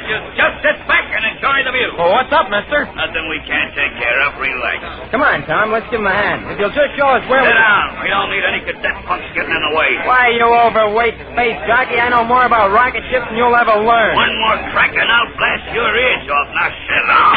Hey, don't take it easy, Roger. He's the skipper of this spoiler, and in space, he's boss. You bet I am. Now keep your bloody quiet or I'll report both of you to the academy. Hey, Rice, come on. We gotta fix that reactor unit. Yeah, I'm coming. Now just take it easy, folks. We'll be back on Venus in less than an hour. You ought to know better than that, Roger. A skipper is a skipper, even aboard a piece of junk. Yeah, but I don't like to be called a punk. Well, I know more about reactor units than reactor units? Sure. Didn't you hear what the fella said? But this is a chemical fuel burner, Roger. Why an atomic unit? It might be a booster for extra speed or power. Not a simple little hop, hardly out of atmosphere? No, Roger, there's something strange about this. Hey, it is funny. Here's another thing I've been wondering about. They charge 1 credit for this ride, which means a total of about 50 credits for a capacity load. And it costs at least 200 to get one of these jalopies off the ground. Roger, you stay here. I'll try to sneak a look at. You just don't pass out free rides in space, but that's exactly what these guys are doing.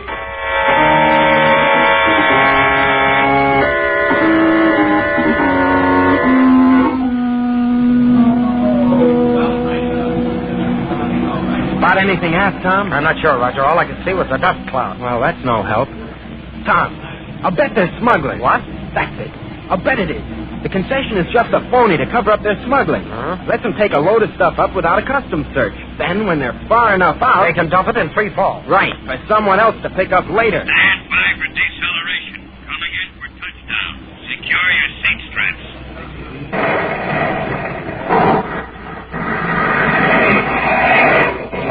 Roger, notice how the ship's handling? What do you mean? Well, going out, she wallowed like an old tub full of freight. Now, well, she's no feather, but there's certainly a big difference. Then they did dump something in space. I'm sure of it, Roger. And as soon as we get off, let's find out what it was.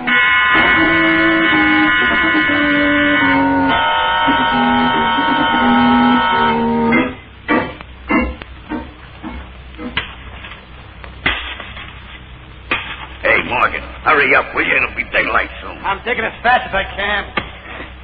You realize, Rice, one more bag of dirt and we can reach the capsule? There, I'll give you a hand. All right.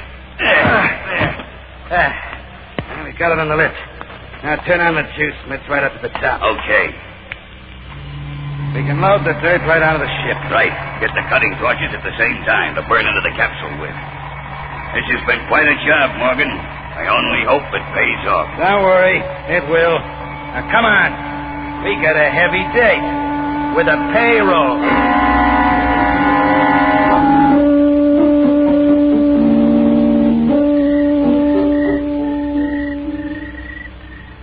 See anything, Rod?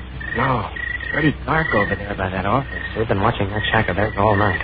I can't understand why nothing's happened. They're asleep, Junior. Which would have been a good idea for us, too. I guess you're right. Roger, look. What? The door's opening, see? Keep down. One of them's coming out. Yeah. Tom, that guy's all bent over, carrying something on his back. Looks like a heavy bag. Come on. Where? If we stay in the shack, we can get a lot closer to that shack. Maybe get a peek through the window and see what's going on.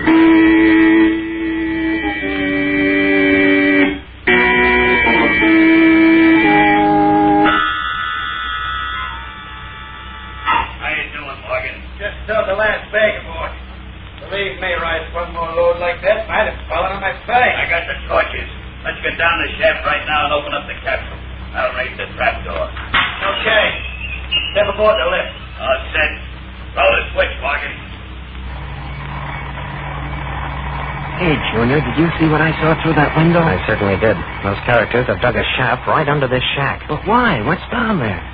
Tom, we better report to the solar guys. We ought to know more before we do that. Let's get down that shaft, Roger, fast.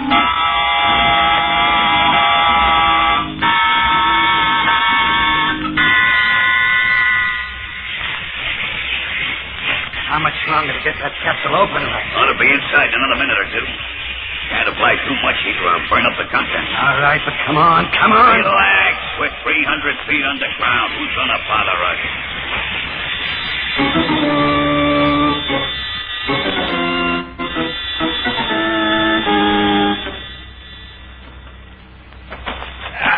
How you doing, Roger? Okay. But sliding down this rope is no picnic, even though Venus gravity isn't as strong as Earth. Keep your voice down. I see a ball of light down below us. I know what we're going to find when we get to the bottom of this thing. You do? Yeah. A white rabbit. This is the hole Alice in Wonderland fell into.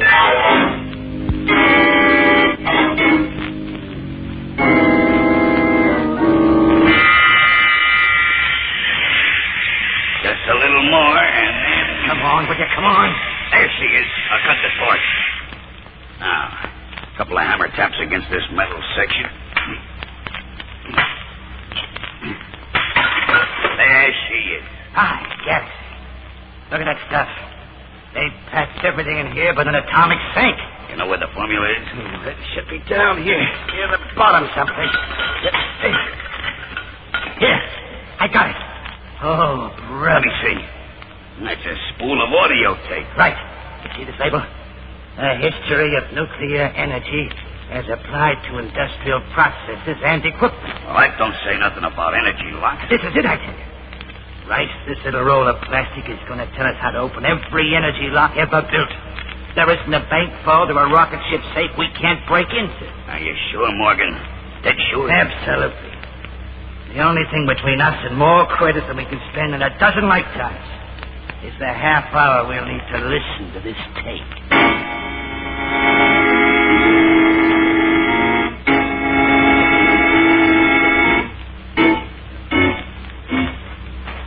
Careful, Roger. Don't trip. Watch yourself. Don't worry about me. We still can't figure what those guys... Roger, there's a light coming from around that bend in the tunnel. We better get back. No place to go. We'll have to make a fight of it. Okay, by me. Spaceman's luck. All we have to do now is seal off the top of the shaft, dump that last load of dirt. Now, Roger! Get back, boys! Hey, Roger, watch out! He's got a ring! I know how to use it. Oh, Roger! All right, Cadet, if you want to stay and try something. Those cadets, the ones that got nosy on the ship. They won't get nosy anymore. What are you going to do with them? Not a thing. Except seal out the top of the shaft and leave him. But that's murder. Oh, I don't know. It all depends on when somebody comes along and digs up the time capsule. Because as soon as somebody does, they'll find you, too. Sure, kid. It shouldn't take a day longer than 10,000 years.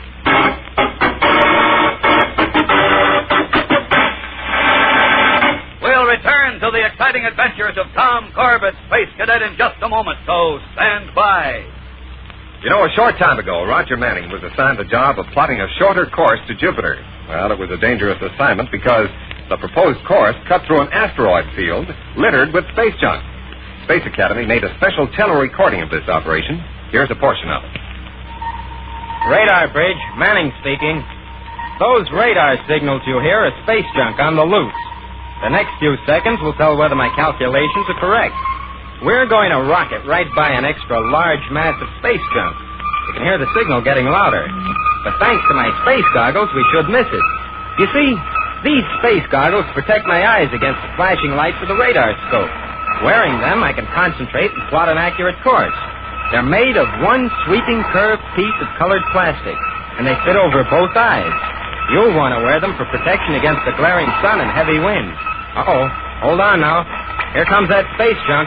It can make space dust out of this rocket cruiser. I sure hope my calculations are correct. Suffering Saturn. If my calculations were off by just 1 degree, this telerecording would have really been at an end. My space goggles did it again.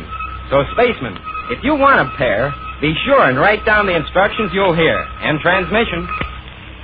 Spaceman, send 1 box top from Kellogg's Pep, 25 cents, and your name and address.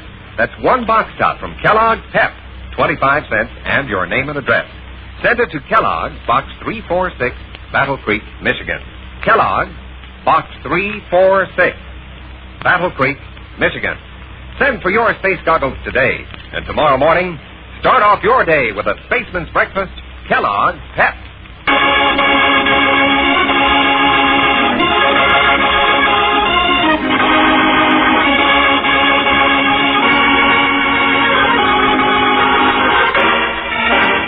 Attempting to discover what is behind the suspicious actions of Eddie Morgan and Bill Rice, Tom and Roger follow the two unscrupulous men to the bottom of a deep shaft, hundreds of feet below their innocent-looking office building in the middle of the Venusport Exposition. But what they have seemingly found is a death trap for themselves. Roger, for Pete's sake. Come on, Roger, wake up. What? Take it easy now. Can you get up? My noggin hurts. Feels like it's splitting. From the size of that bump where Morgan hit you, you look like you've got two noggins. Where are those guys now? Back on top, to seal up the shaft. Try to walk. Are you okay? Yeah, I'm okay, I guess. Well, get ready for work, Roger. We've got a long climb in front of us. Climb? How? They took the lift, so we've got to get out the same way we came in, on the rope, hand over hand. We'll never make it. We've got to try. Maybe with Venus gravity. Roger. If that's what I think it is... Way ahead of you, space boy. Let's cut the ropes and let the lift drop. The only thing that'll get us out of here now is a pair of wings.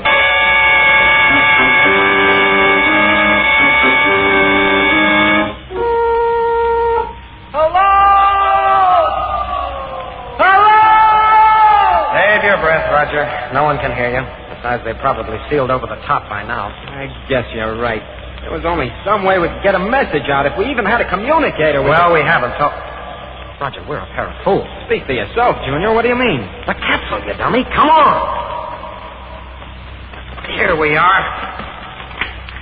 What are you doing rummaging around in there? Looking for something. And here it is. A portable belt communicator. Right, part of the scientific equipment put into the capsule to show the men of the future how we communicated with one another. Well, blast my jet. No, Roger, not yours. Morgan's and Rice's. This belt communicator is the first step in getting them on a prison asteroid.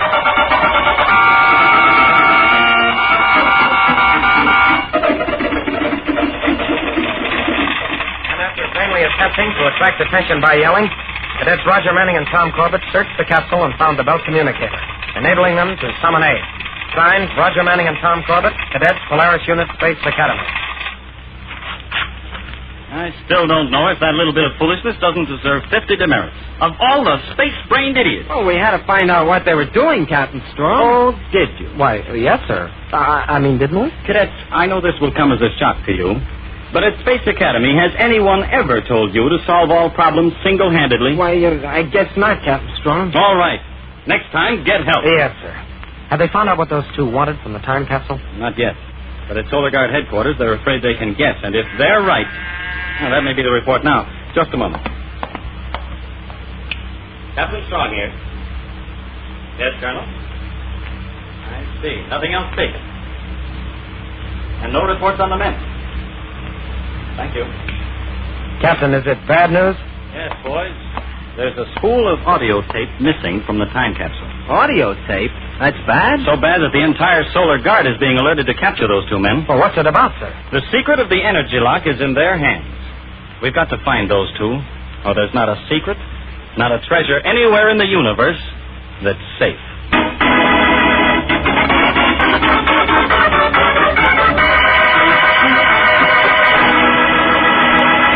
Don't miss the next action-packed episode with Tom Corbett, Space Cadet, on Thursday, when Tom and Roger find themselves in a battle with space piracy in Part 2 of Pursuit of Danger.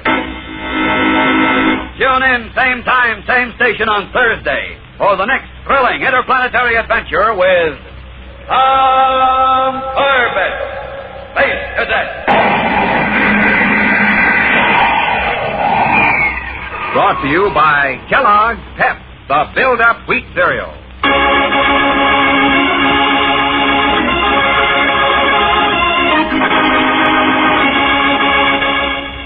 Tom Corbett, Space Cadet, starring Frankie Thomas, can also be seen on television and appears in the comic sections of many of America's leading newspapers. Look for it daily and in weekend editions. Featured in the cast were Jan Merlin, Edward Bryce, and Ivor Francis. Today's program was written by Richard Jessup and directed by Drex Hines. Jackson Beck speaking. Kellogg's Raisin Bran. Raisins and Bran Flakes, too. They're out of this world. They're out of one package. Kellogg's Raisin Bran. Kellogg's raisins are honeycomb coated to keep them tender. The bran flakes crisper. Kellogg's Raisin Bran. Raisins and bran flakes too. They're out of this world. They're out of one package. Kellogg's Raisin Bran. Eat Kellogg's Raisin Bran. Eat Kellogg's Raisin Bran.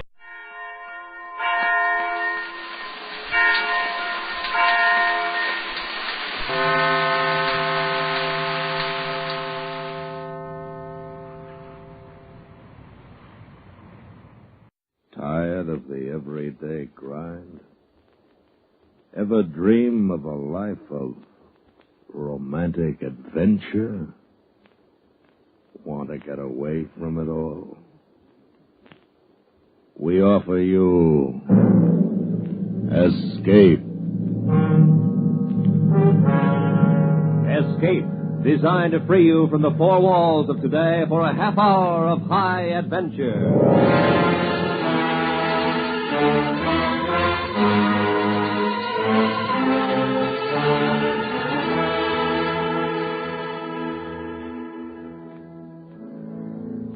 You are standing in a jungle clearing, lost in the wilds of Ecuador, while surrounding you and creeping slowly closer is a party of Popoyan headhunters who are waiting only for the sun to set before making you their prize.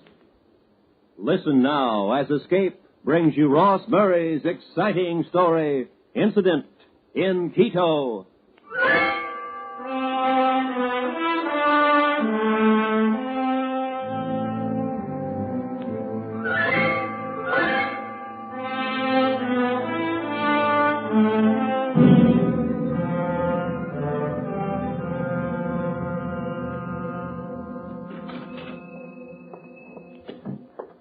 Manuel. Hola, Manuel. Huh? Oh, Ramon. What are you doing here? It is the first of the month. Already? Already? Oh, I'm upset. I cannot even remember the day. What is wrong, my friend? Would you like some wine? I would. Wait then, I will get it. Oh, sit, Ramon. Thank you. For you? Gracias. Bueno. Sí. You said that you are upset? Oh, yes. What is it, Manuel? Oh, it is about Senor Harvey. The American explorer? It's been a long time since Quito has had so much excitement, huh? Yes, I know. To shoot such a beautiful young wife. The man must be mad. He is. Truly? Truly? But why should his madness upset you? Oh, I knew him. I did business with him. Well, again, what has this to do with you? More wine? Please.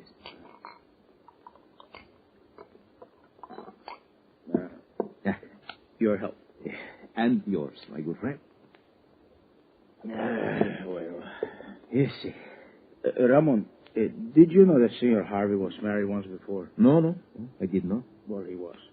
To a woman named Edith, a woman a bit older than he was. Oh? Yeah, was this Doña Edith who was his patron as well as his wife.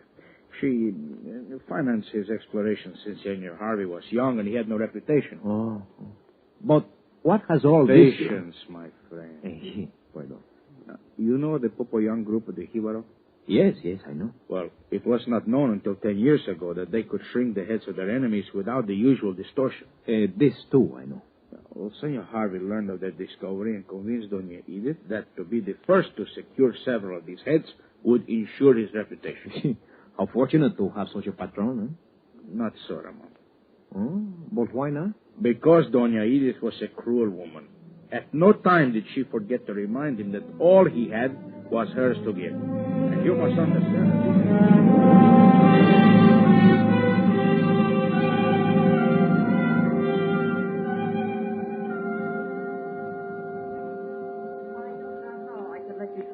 Coming to this pest hole without a single civilized comfort to remind me that I am not a filthy native. But, Edith, I've done all I could. It has not been enough. We're going But back. we'll be there tomorrow.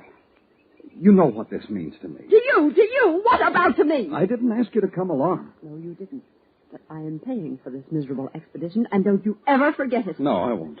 And if I choose to come along, that is my business. And if I choose to return now, that is also my business. But it's only one more day. If I have to go through one more day without washing my hair, We've been through this before. Yes, Edith, I know you have lovely hair. It's the longest, blondest, most beautiful hair I've ever seen. But I'm sick and tired of hearing you talk about it. Oh? Why don't you talk about what I'm trying to do? About how I've walked and sweated and rotted trying to make a career for myself. Talk about the things I've sacrificed. About the comforts I've given up. Are you finished? Yes. I'm sorry, Edith. I didn't mean to. Oh, stop it, Frank. Don't be a hypocrite. You're not sorry, and you know it. Don't worry, you can have your one day more, but only one more. Tomorrow night, we start back. Edith. What do you want? I'll see what I can do about a place for you to clean up when we get there. Thanks.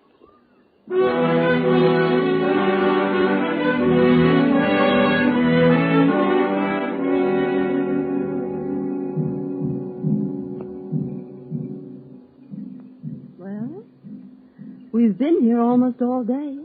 I told you we were wasting our time. But you can't rush these people. They've got till sundown. If they're not here by then, I'm leaving. They'll be here. That's what the drums are for. It takes time to relay messages to the tribal centers. As I said, sundown. But you can't start back at night. You'd get lost as soon as you left the clearing. I might, but Alfaro wouldn't. Alfaro? But he's my guide. I'm paying him. And he'll take me wherever I want to go and whenever I want to go. Can't you forget about your money for 1 minute? You wouldn't be here if it weren't for my money. And while we're on the subject, let me tell you about my latest decision. Decision? Yes. I've decided that this is the last trip you'll make. I can't stand them anymore. But I told you, you don't have to come along. I know it isn't fair for you to have to go through all this. That's why there won't be any more trips. I can't go alone, is that it? Exactly. So you had better make this try a good one. There won't be another dime for me. Look, Edith, Alfaro rigged some sort of a shower deal down near the stream.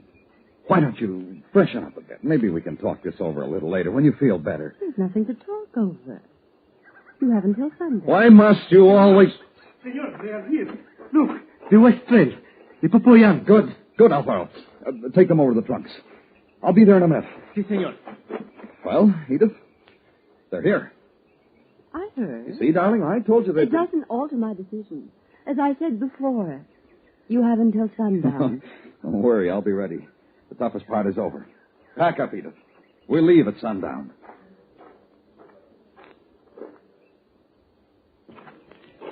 I have done as you requested. The trunks are unlocked and the trade goods are ready to show. Good. Have you talked to the chief? See, and we must hurry. They start back to the village by nightfall. Well, that's all right. We'll have what we want by then. First off, who do we trade with? The whole group or just the chief? The chief, senor. That is the rule of the Jibaro people. I see. Well, let's get started. Call the chief up here and open the small trunk first. Oh, Senor Harvey, to do that would be the insult. We must take the trunk to him. Oh, all right. Come on.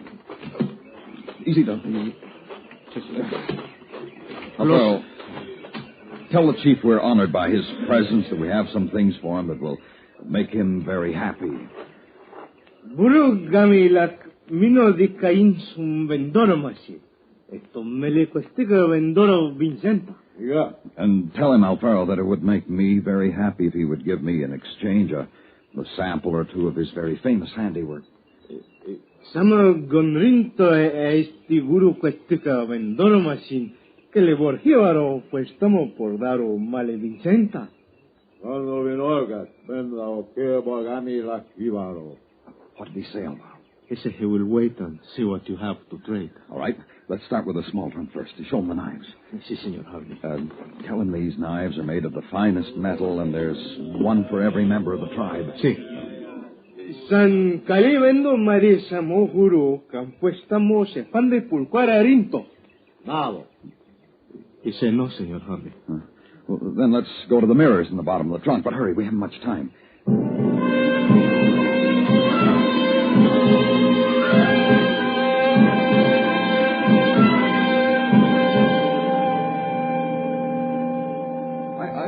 why we've had so much trouble. We've shown them everything we have. What's wrong with him? He said we have nothing good to trade. He's crazy. You tell him there must be something here he wants. Go, tell him. I cannot. To contradict the chief is to die. No, senor, we have failed. Sundown has come. All right, then. Well, tell him I'll be back in a few weeks. Ask him what he wants me to bring back. Ask him if he'll meet us in the clearing when I get... Go, Frank. Alfaro, get the rest of the boys together. You're coming with us, Frank? Give me a few minutes, Edith. I want to tell the chief I'll be back. You won't be back. I meant what I said this afternoon. Well, then give me a minute or two to break off the meeting.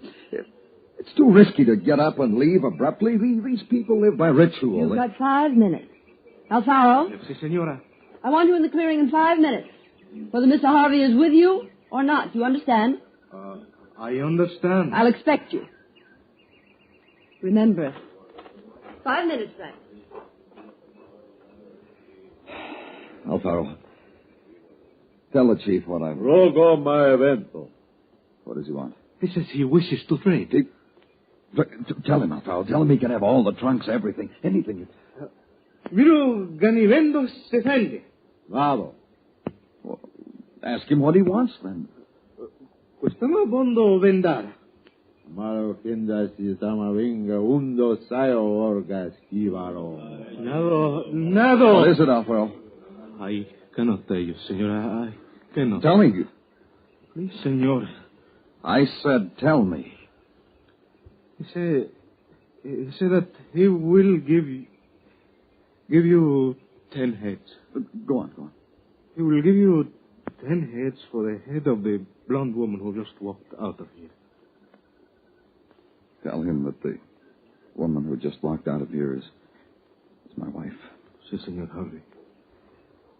Ondo saloras estombo sendimo. Udo que stami sa orgas di vero. Vendamo ki mare san ki fanda. Does he understand, Alfaro? No, senor. What do you mean? He said, understand, senor. I only tell you what you want to know. He said, what good is a wife if you cannot trade her for something you want very much?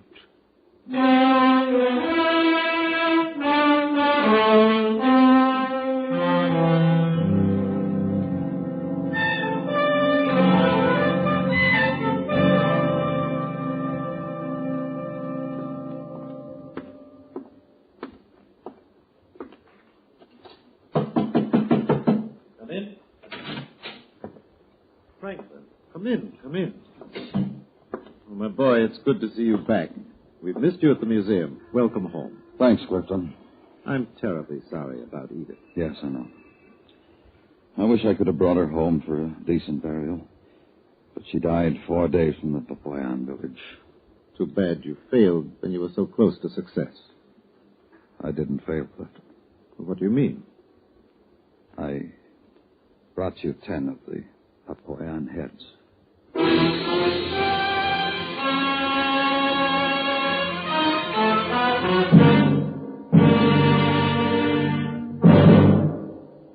We will return to Escape and tonight's story in just a moment.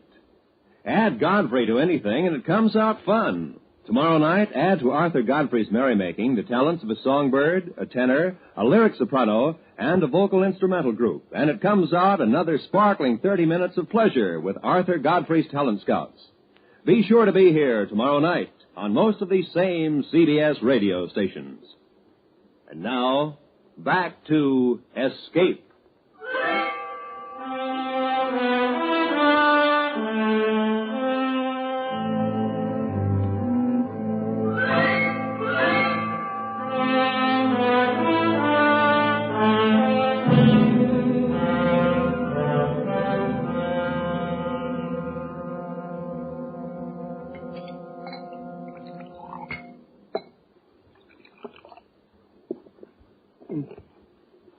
Bueno. Manuel? How do you know of what has been done by Senor Harvey? And why should it make the despair upon you? Well, I can answer but one question at a time, my friend. Oh, forgive me. Now, have I not already told you that the madness is upon the senor? See, you have. Well, there you are. My cousin twice removed on my wife's side. He's with the police. His lips that I learned what Senor Harvey has told Encerado, the chief of police. Sí. But again, I must ask, what has this to do with you? I will tell you. Gracias. Senor Harvey acted as a man desolate with grief at the loss of his wife, Doña Edith. But his reputation was assured when he returned with the Tempo Poyan shrunken heads. See, naturally. Now, all this was almost 10 years ago. One thing, Manuel. What is that, Don Ramon? What of Alfaro? Why did he not tell her what happened? Foolish, Ramon, not to know how silence can be bought with money. Of course. Continue. Besides, Alfaro died of the fever of the jungle now 2 years after. And so Senor Harvey embraced the world. But never did he return to Peru, Ecuador, or Colombia. Then why did I am coming to that, please. I am rude. Forgive me. Forgive him. For almost 10 years he was alone. Then he met and married the woman Doña Gloria, of whom we know. Soon after the wedding, he was called to the office of Senor Clifton of the International Museum. It was there that the beginning of what was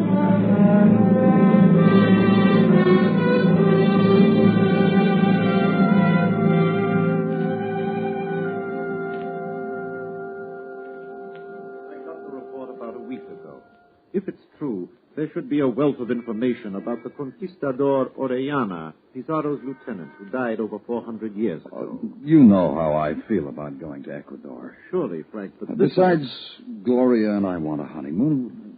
We haven't really had one. Well, we could make the trip to Ecuador our honeymoon, dear. No, you don't understand, Gloria. It was in Ecuador. I do understand, Frank. That's why I want to go.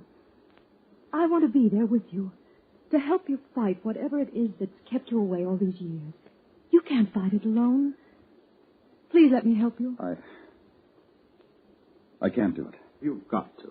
There isn't a man in the profession that's as good at evaluating a find as you are. What about Carson? I want you. Richards is available. He can stay available. I want you. Please, Frank. Exactly what would you want me to do down there? Good boy. You won't regret. I haven't said I was going. Tell me what you want done first. Just this. Go to the village we mentioned, pick up the guide, and check the spot where Orellana was supposed to have had his main camp over 400 years ago. Then what? Well, that's it.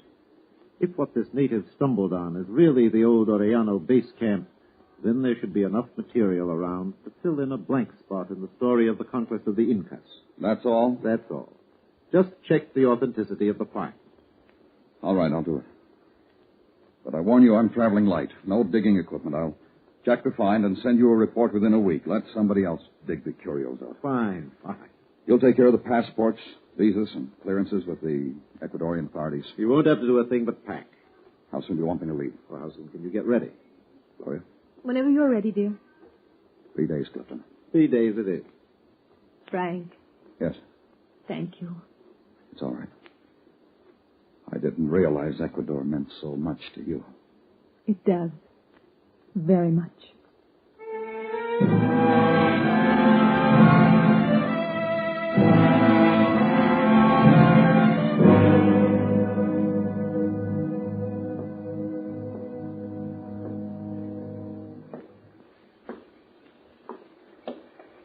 We've been cooped up in this stinking hotel for a week now. Frank, dear, sit down. I can't sit down.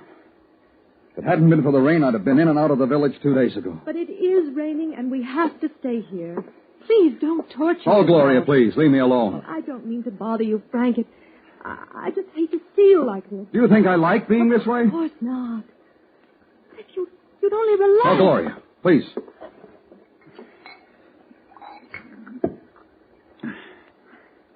Must you drink so much you've been drinking? Will you shut up? If I want to drink, I'll drink.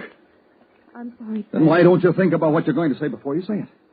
Then you wouldn't have to be so everlastingly sorry all the time. I was only trying to help. I don't need any help. Frank, what's the matter? Nothing's the matter. Oh, Frank, darling, don't. This trip wasn't my idea. Remember that. Now, where's that other glass? Oh, here.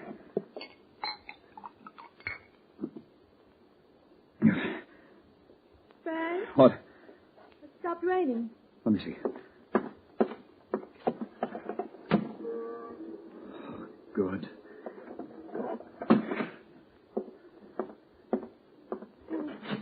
Where are you you going? To the village to get my guide. I should be back in a few days. Is there anything I can do? Yes. Be packed and ready to leave for home as soon as I return. Is that all? That's all. I'll see you in a few days. Frank, Yeah?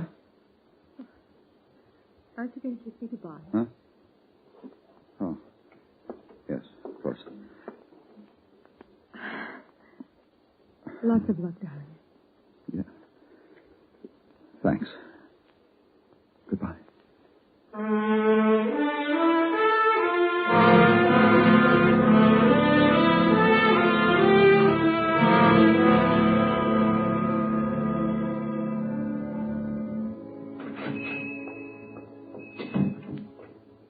Welcome, Senora. Welcome to the curio shop of Manuel Furtado.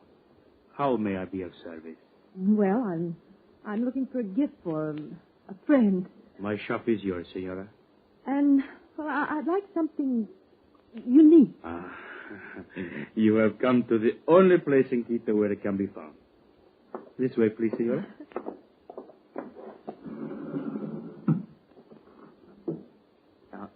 Here is a dagger. Very, very old. Worn by Fernando Aguilar, a trusted lieutenant of the conquistador Benalcazar. Yeah, it's handsome. Mm-hmm. Shouldn't a relic like this be in a museum? It should, Senora. But Manuel Furtado has a friend or two in the savage heart of Ecuador. And occasionally I manage to acquire some small tokens such as this. I don't think I've ever seen one like it. Of course not. It is the dagger of Aguilar. Observe the tracery of silver. Mm-hmm. How delicately the setting embraces the precious stones. Truly, it is magnificent. Yes, it is. But it's not what I'm looking for. Then here. This necklace carries the throat of the daughter of Atahualpa, one of the greatest of the Incas. Exquisite. Senora, the word is not sufficient to describe its beauty. I know. But I can't buy it. But why not? Well, I'm looking for something for a man. Oh, then the dagger is exactly the thing for him. No, that's not it either. I'm looking for something really unusual. Really different. Oh, if the senora requires something unusual, would she be interested in an article which my friends from the interior consider unusual too? Oh, yes. It is quite expensive. Well, I'll pay anything within reason. It will cost somewhat more than you may be prepared to pay. Well, why don't you let me be the judge of that? Very well, then, senora. If you will follow me.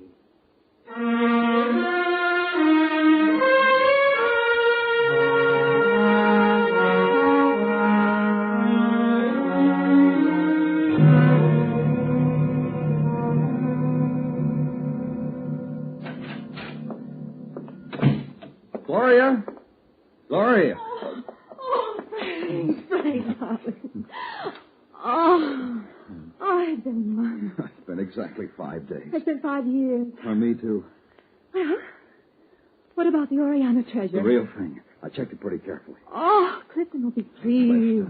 Any one of a half dozen men could have done what I did. Oh, he didn't think so. I do. I need a drink.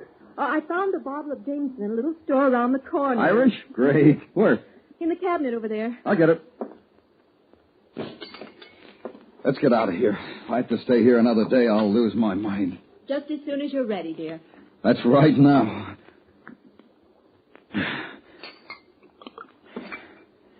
Frank, don't you think... Think what? Why, I'm drinking too much? Go ahead and say it. No, it's not that. It's nothing. I have a surprise for you. Surprise? Mm-hmm. I found it at a curio shop in town. Where is it? Close your eyes. Why? Play the game my way, or you don't get it at all. All right. But it better be good. It will be. Eyes shut. Shut. Give me a hand. Here. Follow me.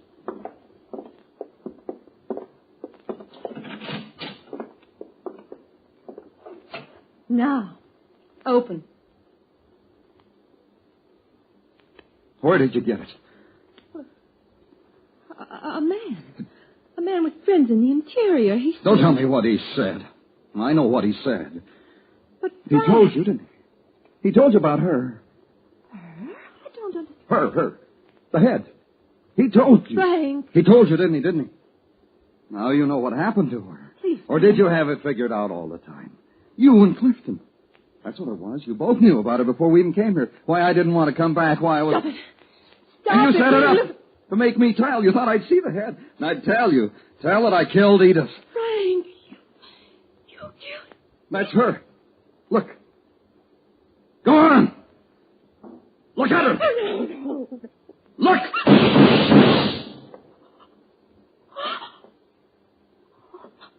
Frank, I didn't know. I did not...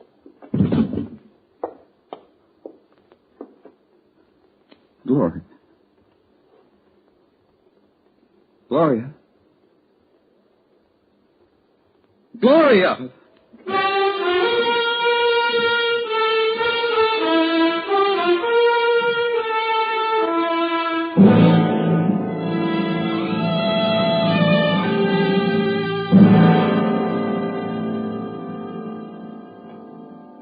And that, my friend, is why I'm upset. I see. But what can I do? Life must go on. Yeah, true. Well, I must steer myself away. I have other customers to visit. Oh, please, Manuel, can you give me your order now? Oh, of course. What is it you want this month? Oh, my stock is moving a little slow this month. So for now, just give me 3 of the Fernando Ayala daggers. Sí. 5 of the Atahualpa necklaces. Sí. That will be all? That will be all. Ramon. What is it, Mama? I almost forgot something. Oh, what? Make me up half a dozen shrunken heads. Sí, I will do that. Ramon. Sí, Manuel? Make one of them blonde again. I like to have one in stock for the customer who wants something unusual.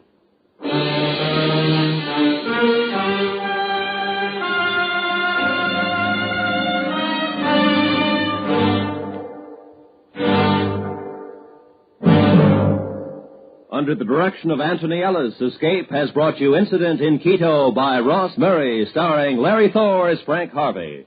Featured in the cast were Gene Bates, Edgar Barrier, Don Diamond, Fay Baker, Jack Crucian, and Tony Barrett. Editorial supervision is by John Meston, and the special music for Escape is composed and conducted by Leith Stevens. Next week. You are lying in a wartime prison camp, surrounded by a desperate and brutal enemy. While your own forces are slowly approaching to save you, your frightened captors are planning to kill you. So listen next week when Escape brings you Anthony Ellis's exciting story, 4 Went Home.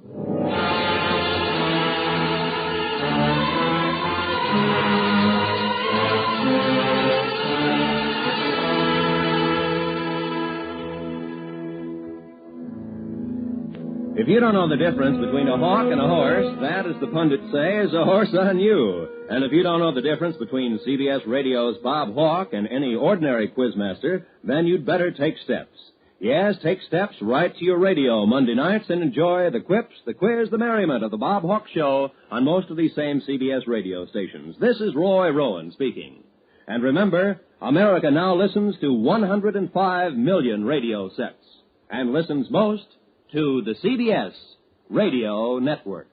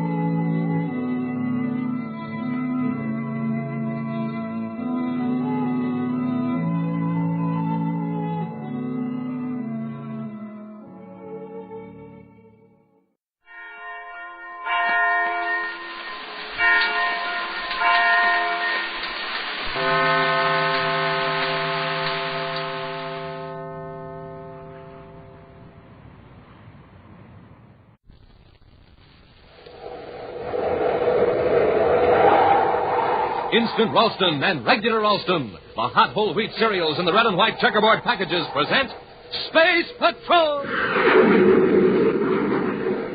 High adventure in the wild, vast reaches of space. Visions of daring in the name of interplanetary justice. Travel into the future with Buzz Corey, Commander-in-Chief of the Space Patrol! In today's transcribed Space Patrol adventure, Commander Corey, at the controls of the Terra 5, pilots the ship close to a strange, disc-shaped object floating above the planet Venus. Cadet Happy is on the disc in a spacesuit, reporting to the commander by spaceophone. Can you make anything out of those instruments and controls, Happy? No, sir, they're nothing like you'd find in a spaceship or artificial satellite. And besides, they're not even connected. The disc seems to be defying gravity. Don't touch anything, Hap. These wires are just hanging loose. Looks like they've been yanked away from the... Hey, Commander, what's wrong? The disc is falling. Falling toward Venus. We'll return in just a moment with today's exciting Space Patrol adventure in the Claw of Venus.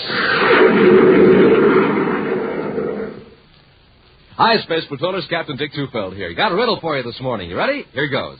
What can you see out of, but nobody can see in? The answer? Easy.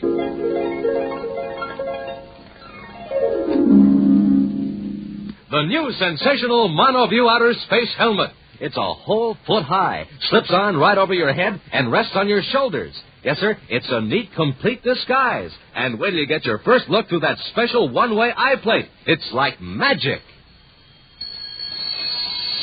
You're whisked right out of this world into a strange, purple, glowing planet.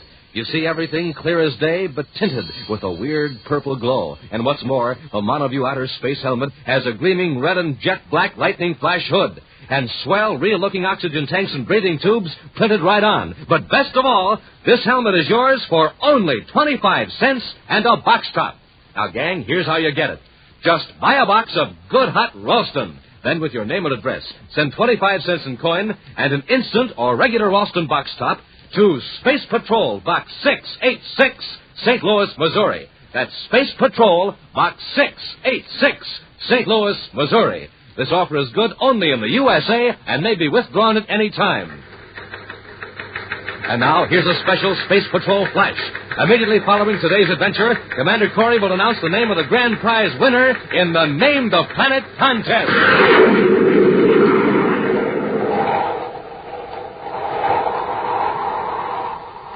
And now, today's Space Patrol adventure in the Claw of Venus. Commander Corey's space battlecruiser, the Terra 5, skims low over the mountains of the planet Venus. Controlled by Cadet Happy, sensitive infrared beams reach through the heavy, dark mist to feel the shapes of the craggy peaks below. Toward the east, eerie blue flashes of lightning signal the approach of a storm. With his eyes on the viewscope screens and a bank of instruments, Buzz Corey threads the needle-nosed ship through its hazardous course. We're nearly there, Happy. The probe beam should be picking out Sharn's tower any minute now. Well, we sure got a break from that storm, sir. We'll be right on top of him before he knows we're coming. Unless one of his men tipped him off. But even if they did, he wouldn't have time to dispose of the stolen zolanite. I hope not. But to prove our case, we've got to find more than 5 pounds of zolanite on Sharn's premises. 5 pounds? Well, 100 pounds were stolen from Saturn. I know, but zolanite is so rare that the government knows the location of every bit of it. Not counting the stolen supply, of course. Well, then Sharn has 5 pounds of it legitimately. That's right. Well, Commander, isn't that a tower up there ahead on the side of the mountain? That's it, Hap. After we land, we'll not lose any time getting out of the ship. If Sharn does have the zolanite, we're in for trouble. Near the summit of a mountain, Sharn's tower rises into the mist, dwarfing 2 squat stone buildings huddled at the base.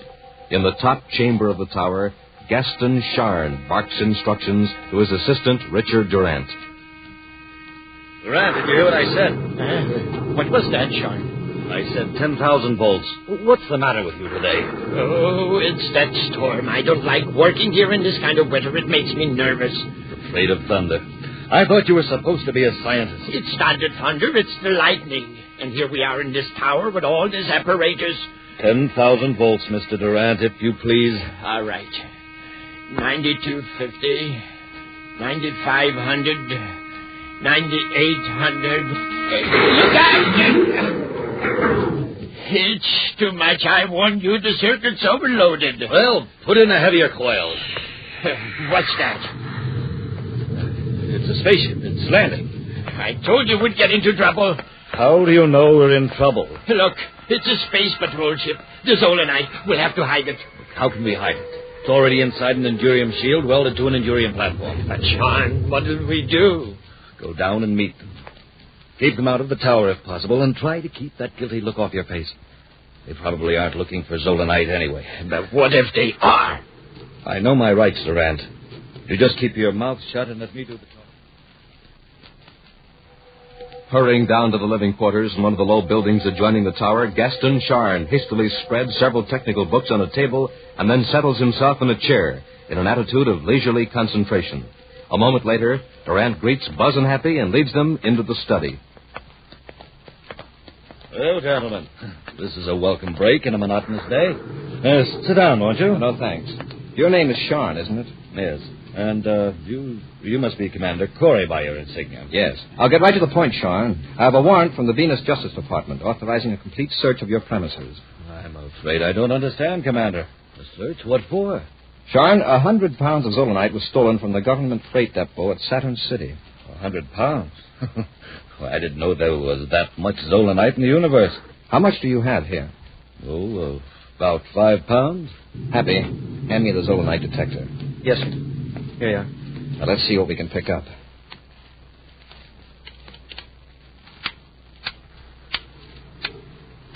It's working all right, Commander. Of course it is. 5 pounds of Zolanite is enough to set up quite a reaction. It's true. It could be 5 pounds 20 feet away or 100 pounds 400 feet away. How about it, Sean? Can you move 20 feet and produce your Zolanite? Perhaps the storm has some confusing effect on your detector. Very unlikely. Judging by the indicator, we'll find some Zolanite up in your tower. Let's have a look. Cut the detector half. Come on, Sean. Very well, if you insist. You and Durant lead the way. Very well. Through this door, gentlemen.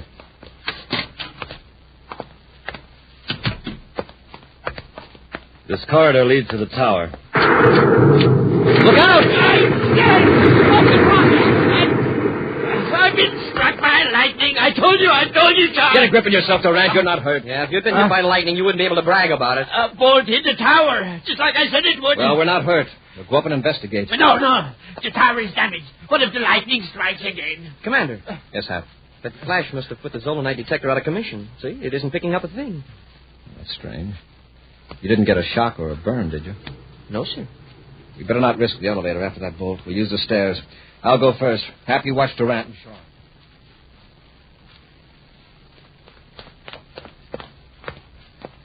The lab is right through that door, Commander. Smoke and rockets. What happened to the roof? A bolt of lightning blasted out the whole top of the tower. Yeah, and it wrecked the floor, too. Yeah, it's lucky it didn't collapse. I don't understand it. What do you mean, Durant? That huge Endurium platform, it's disintegrated, vanished, just like it's never existed. The walls are seared, but there's hardly any trace of molten metal. Strange. Happy, try that detector again. Yes, sir. It's working, sir, but it's sure a low reading. It's probably picking up this small fragment of Zolanite. Yes, that's Zolanite, all right. Which proves that your detector is working, and in turn proves that I do not have the stolen 100 pounds of this stuff. Yeah, it looks like the lightning destroyed all our evidence, Commander. And in that case, I should appreciate it if you gentlemen would leave, so I may silently contemplate my tragic loss. All right, Sean. There's nothing I can do now but watch your step. Next time it'll take more than a bolt of lightning to save you. Returning to their ship, Buzz and Happy head back to Venus City. Doggone it, sir. That storm couldn't have done Sharn a bigger favor if it had it made to order. Base Control, Venus City calling all spaceborne traffic using approach lane 3, level 7. Emergency warning. An unidentified object has been reported hovering at a distance of 17 DUs over Venus. Ships approaching in lane 3, level 7, use caution. This disc-shaped object last reported hovering over the following position. Get this, Happy. Yes, sir. Latitude 15 degrees, 23 minutes north. Longitude 97 degrees, 2 minutes, 15 seconds east. Altitude 17 DUs. Space Control, Venus City out. I wonder what it is, Commander. Whatever it is, it should be removed. Have you checked its location on the chart, Hap? I'll have it in a second, sir. It's just about here. Oh, that's right near us. Yes, sir. Turn on the space phone, Hap. Right. Commander Corey aboard Terra 5, calling Space Control, Venus City. Commander Corey to Space Control, Venus City. Space Control, Venus City. Go ahead, Commander. I'm checking on your report of this unidentified object. What's being done to remove it from the space lane? Nothing as yet, Commander. Colonel Yeager is waiting for a report from Space Platform Observatory number 2. They're trying to identify the object. You said it was disc-shaped. How big is it? About 20 feet in diameter and quite thin and flat. There's no sign of rocket power or any other force. It's been over that same position on Venus for more than an hour. It just seems to hang there. That's all the information I have, sir. All right, Space Control. Inform Colonel Yeager that I'm going to investigate this object. Corey out. All right, Hap, we'll have a close look at this thing. Get your spacesuit on in case we have to attach a line and tow it out of the space lane. Moments later, Buzz and Happy bring their spaceship close to a gleaming metal disc. They circle it at a velocity just high enough to counteract the gravity pull of the planet Venus, 17 DUs below them. I wouldn't have believed it if I hadn't seen it. It's not underpowered. There's no sign of any rocket burst. It's certainly unmanned. Yeah, the disc is too thin for anything larger than a dog to be inside it. I wonder what that stuff is on top. Some sort of electrical equipment, maybe? What's it connected to? See those cables dangling? Commander, since I've got my spacesuit on, why can't I board that disc and examine it? Oh, all right, Hap, but watch your step. Skillfully, Buzz matches the velocity of his ship to that of the strange disc as Happy stands in the airlock with the outer hatch open. Carefully, Buzz maneuvers the Terra 5 closer to the disc, and Happy crosses over. I made it, sir. I'm on the disc. Remember, Hap, this isn't outer space. If you slip here, you go down, and 17 DUs is a long way to fall. I'll be careful, sir. I'll drop back so I can see you better through the nose port.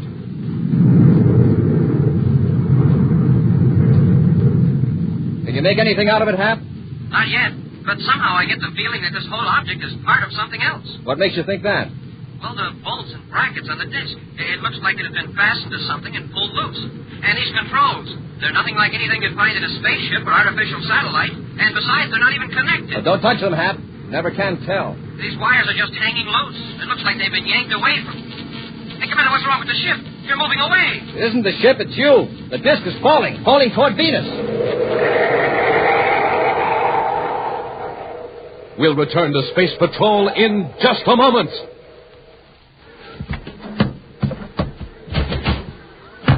Hi, Space Patrollers. Captain Tufeld again. Right now, I'm in the mail room at Space Patrol headquarters. You hear that?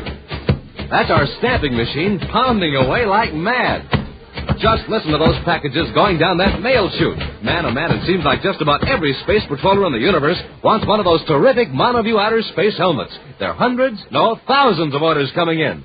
Say, how about you? Have you sent for your helmet yet? The one and only outer space helmet you can see out of, but nobody can see in. The wonderful helmet with honest-to-goodness looking oxygen tanks and breathing tubes printed right on it. The sensational helmet with the gleaming lightning flash hood and specially constructed outer space ear plates. The helmet that's just like the one Commander Corey wears. Now, to get one, just buy a box of good hot Ralston. Then, with your name and address, send 25 cents and an instant or regular Ralston box top to Space Patrol, Box 686, St. Louis, Missouri. That's Space Patrol, Box 686, St. Louis, Missouri. Now, Space Patrollers, if you've already sent away for your monoview outer space helmet, you may have to wait a few extra days. You see, we've been getting so many orders, the Space Patrol mailroom is swamped and working overtime to get them out. So you better hurry now, because this offer soon ends. Send for yours today. And remember, stand by, Space Patrollers, for the name of the grand prize winner in the Name the Planet contest in just a few minutes. And now, back to our Space Patrol adventure in the Claw of Venus. Returning from the remote mountain laboratory of Gaston Shane, who's suspected of stealing a supply of rare, valuable minerals, zolanite, Buzz and Happy rose high above the surface of Venus to investigate a strange disc-shaped object that unaccountably remained suspended over one position on Venus. Donning his spacesuit, Happy stepped from the airlock of the Terra 5 onto the disc to examine it. He touched a dangling piece of wire. There was a flash, and the disc sharply responded to gravity, falling toward Venus, carrying Happy with it. As Commander Corey hastily maneuvers the spaceship, Happy drops away with rapidly increasing velocity. Happy, can you hear me? Yes, Commander. I'm going to try to get you off that disc before you fall into the Venus atmosphere.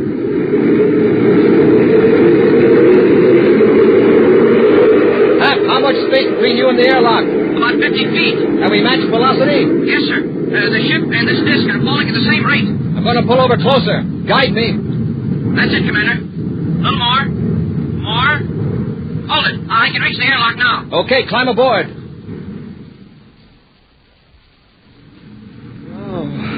We're going to have to pull out of this trajectory, and I'm going to try to take the disc with us. Apply magnetic holding field. Yes, sir. It's in the field, sir. We've got it. I hope we can hold it on a sharp pull-out. It's an awful strain on the hull of the ship. I'm afraid it's too late. Seems a shame to cut it loose. Check the infrared viewscope, Hap. See where the disc will land if it continues this trajectory. Yes, sir. It'll land in the Venus Sea, or along the coast, somewhere in the Gartoga Mountains. Commander, what's that? I just turned on the zolanite detector. Something must be wrong. There's no zolanite around... Hey, on the disc. Right. We'll try to make the disc land where we can recover it again. Cut magnetic holding field. We'll track it in the viewscope and see where it falls. Keep it centered, Hap, while I level off. Yes, sir. I don't get it, Commander. Zolanite out here on that disc? Well, how did it get there? Remember that hole in the roof of Sharn's tower? Yeah, the lightning. Wouldn't you say that hole was the same size and shape as the disc? Why, yes. Then that disc was in Sharn's tower. It's the Endurian platform Durant said was disintegrated. Oh, that's why we didn't see any molten metal. The whole platform shot up through the roof. But, well, what made it stay suspended 17 DUs above Venus? The tremendous voltage in that bolt of lightning produced some peculiar effect on the zolanite. And it nullified gravity. It's the only explanation. Maintained the momentum of Venus's rotation on its axis, but soared upward till it reached a point of equilibrium. A new force. Wow. Think what that'll mean to space travel. Hey, we've got to recover that disk and have some experts check it. Yes, but first I want two particular experts to check it. The men that accidentally discovered this new force. Sharn and Durant? Right. When they see the viewscope microfilm of that disk and learn where the object landed, I think they'll get just a little bit... Several hours later, Sharn and Durant sit watching the interplanet news telecast. The strange disc-shaped object that has been hovering over Venus has crashed. Turn that up, Durant. Yes, Sharn. The pilot of a space patrol ship sent to investigate the gravity-defying disc reports that the object suddenly descended toward Venus, landing on the coast of the Venus Sea in the Gartoga Mountain region. Because of the difficulty of recovering the object, the space patrol will delay further investigation for several days, pending the arrival of a team of experts from Saturn. Now, here is a portion of viewscope microfilm taken from the space patrol ship sent to investigate the disc. Look, Durant. You recognize it? It's the Endurium platform from the lab. This is the mysterious object that now lies in the area known as the Claw of Venus. And now, items from the universe of sports. Cut it Today off. in Mercury Stadium. We've got to act quickly, Durant. What do you mean? We've got to get to the Claw of Venus and recover the zolanite before those Space Patrol scientists get there. But Sharn... Don't argue. You realize we're the only ones in the universe who know that zolanite can neutralize gravity? I don't like it. It's dangerous. Don't be a fool. We can control high voltages. Quick now. Get some cutting tools, and we'll blast off for the Claw of Venus. Miles away, where huge breakers of the Venus Sea batter at the bluffs, a gleaming disk of Endurium lies embedded in shattered rocks on the shore. In a small cave nearby, two men in Space Patrol uniforms wait patiently. Think they'll fall for it, Commander? I think they will, Happy. Not only to get the zolanite back, but to protect themselves. Sharn knows that if we find the zolanite, we can prove this Endurium platform came from his lab. I hope they come pretty quick. Tide's coming in. In a few hours, this will all be underwater, including the disc. Yeah. Hey, Commander, you hear that? It's a ship. Coming in for a landing on top of the bluff. Must be Sharn. From their vantage point in the cave, Buzz and Happy watch Sharn and Durant make their way down the steep cliff and start to work. What did we lug that electro-welder down here for? When we get the zolanite out of the container, I want to seal things up a little, just to confuse the experts. Well, I'm in favor of getting the zolanite and heading back to the ship. The experts will know this disc has been tempered, but just from the marks of the atomo torch. They might think the metal was fused by air friction in the fall. After all, it dropped 17 DU. All right, Sharn, Durant, drop those tools. Hurry. Happy, take Sharn's blast gun. Yes, sir. And give me that atomo torch, too, Sharn. Why, of course. Here. Why, you... Slug them, Durant. Sean, let go of that cord. Come on, Draz. Run for the cliff. But we come this far. Let's finish them. We're still conscious. Corey's got his ray gun. Come on, keep behind the rocks and run for the cliff. Halt! Stop where you are. Halt! We're safe. Up the cliff to the ship. You've still got your blast gun. We can pick them off, then get the Zolanite. Why use a blast gun on Corey and the cadet when we can get the same results another way? Halt! When we're past that first ledge, we'll blast the cliff with the gun. That'll leave Corey with a perpendicular wall to climb. Hurry, Duran.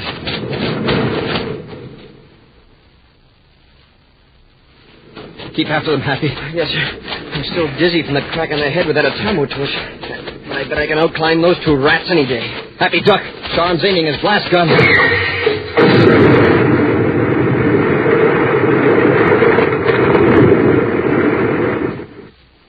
Now, Corey, let me see you get out of that. Smoking rockets, Commander. Look what he did. He blasted that overhanging rock. And there's no handhold, no foothold. Just a sheer cliff. And there they go, the rats. Commander, what are we going to do? The tide's coming in. We can't scale the cliff, that's certain. In a few minutes, the waves will be smashing us back against the cliff. We don't have a chance. Wait, I think we do. A long chance, but it's worth a try. Come on, let's get to the disc. To the disc? Yes. Do you remember what you touched up there when the disc started to fall? Well, yes, sir, that broken wire dangling from the panel. I accidentally brushed it against the endurium. There was a flash, and I felt like I was going down in a fast elevator. Apparently, you discharged electricity that was stored in the Zolanite circuit. A charge that made the Zolanite resist gravity. Now, if we could restore that charge, perhaps the disc would rise again. But, Commander, what can we charge it with? There's an electro-welder Sean left behind. That generates considerable current. As much as a bolt of lightning? No, but perhaps we don't need that much. Well, it's worth a try. It'll mean taking the electro-welder apart with the Atomo torch and rewiring it to the connections in the disc. Let's get to work. Swiftly, Buzz and Happy work with the tools. Then, as the surf begins to surge around them, Buzz makes a final connection and they stand in the center of the endurium disc. All right, Happy. Take it easy. Start the electro-well generator. Very low at first.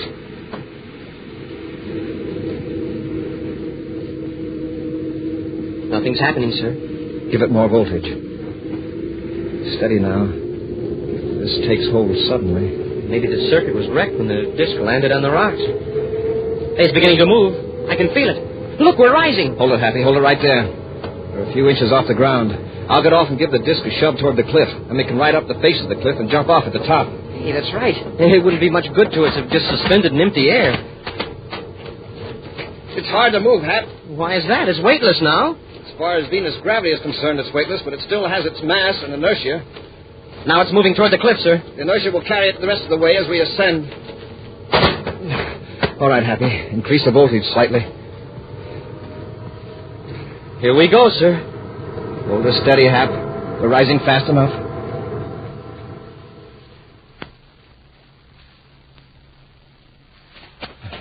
Well, we made it. I wonder if Corey's got his feet wet by now. Let's walk down to the edge of the cliff a ways. We can't tell from here. All right. After all, we should shout goodbye before we blast off. Why shout? We're right here. I know. Let's get him, Hap. It'll be a pleasure.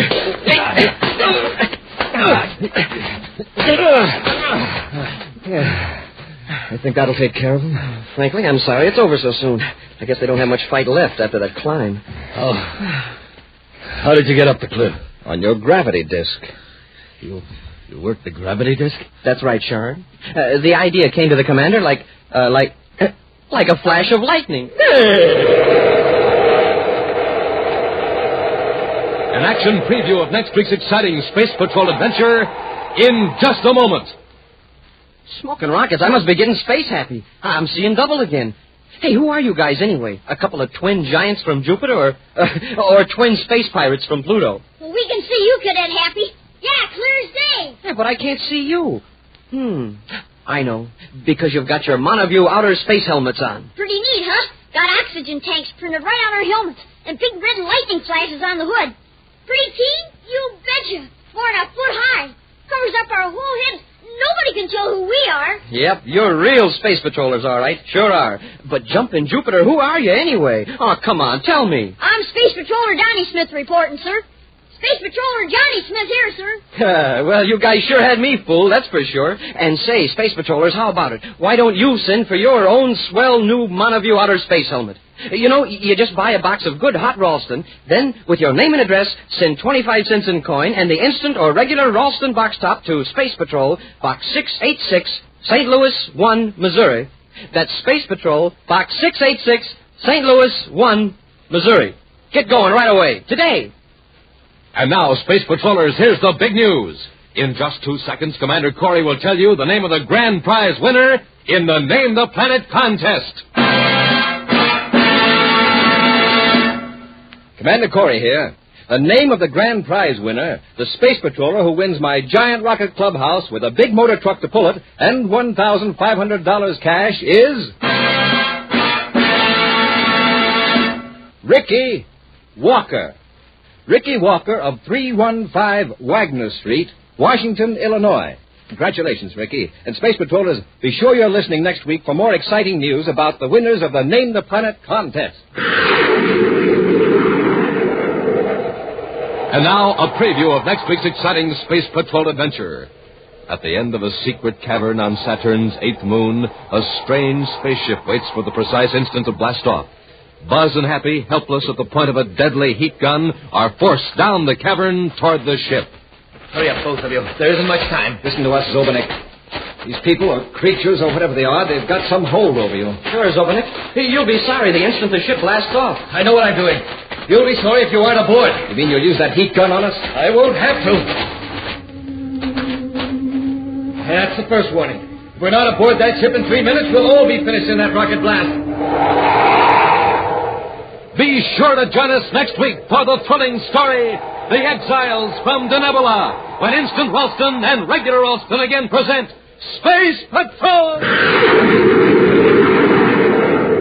Space Patrol, created by Mike Moser, starring Ed Kemmer as Commander Corey and Lynn Osborne as Cadet Happy, was written by Lou Houston, produced and directed by Larry Robertson, executive producer Mike Debray. Other players were Norman Jolly, Ken Mayer, Bela Kolbach, and Dick Beals. Dick Tufeld speaking.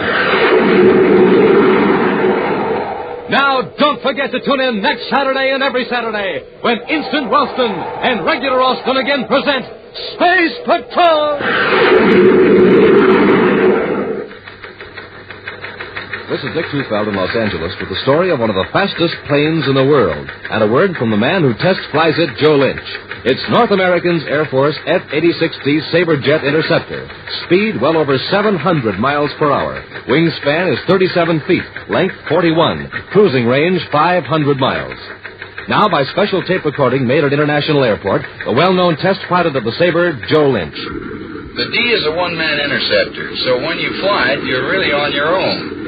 That's why I see to it that I'm in good condition all the time. And one way to stay in good condition is by eating a good breakfast cereal, like Rice Chex or Wheat Chex. They're just packed full of energy, and they taste well. I think you'll like them, too. No other cereal, puffed or flaked, contains so much nourishment in such concentrated bite-sized form. So take a tip from Joe Lynch, George Welch, and other top test pilots. Make your cereals Rice Chex and Wheat Chex. Be sure to see another exciting Space Patrol story in your local ABC television station. Consult your local newspaper for time and channel. This program is broadcast to our armed forces overseas through the worldwide facilities of the Armed Forces Radio Service. Space Patrol came to you transcribed from Hollywood. This is ABC Radio Network.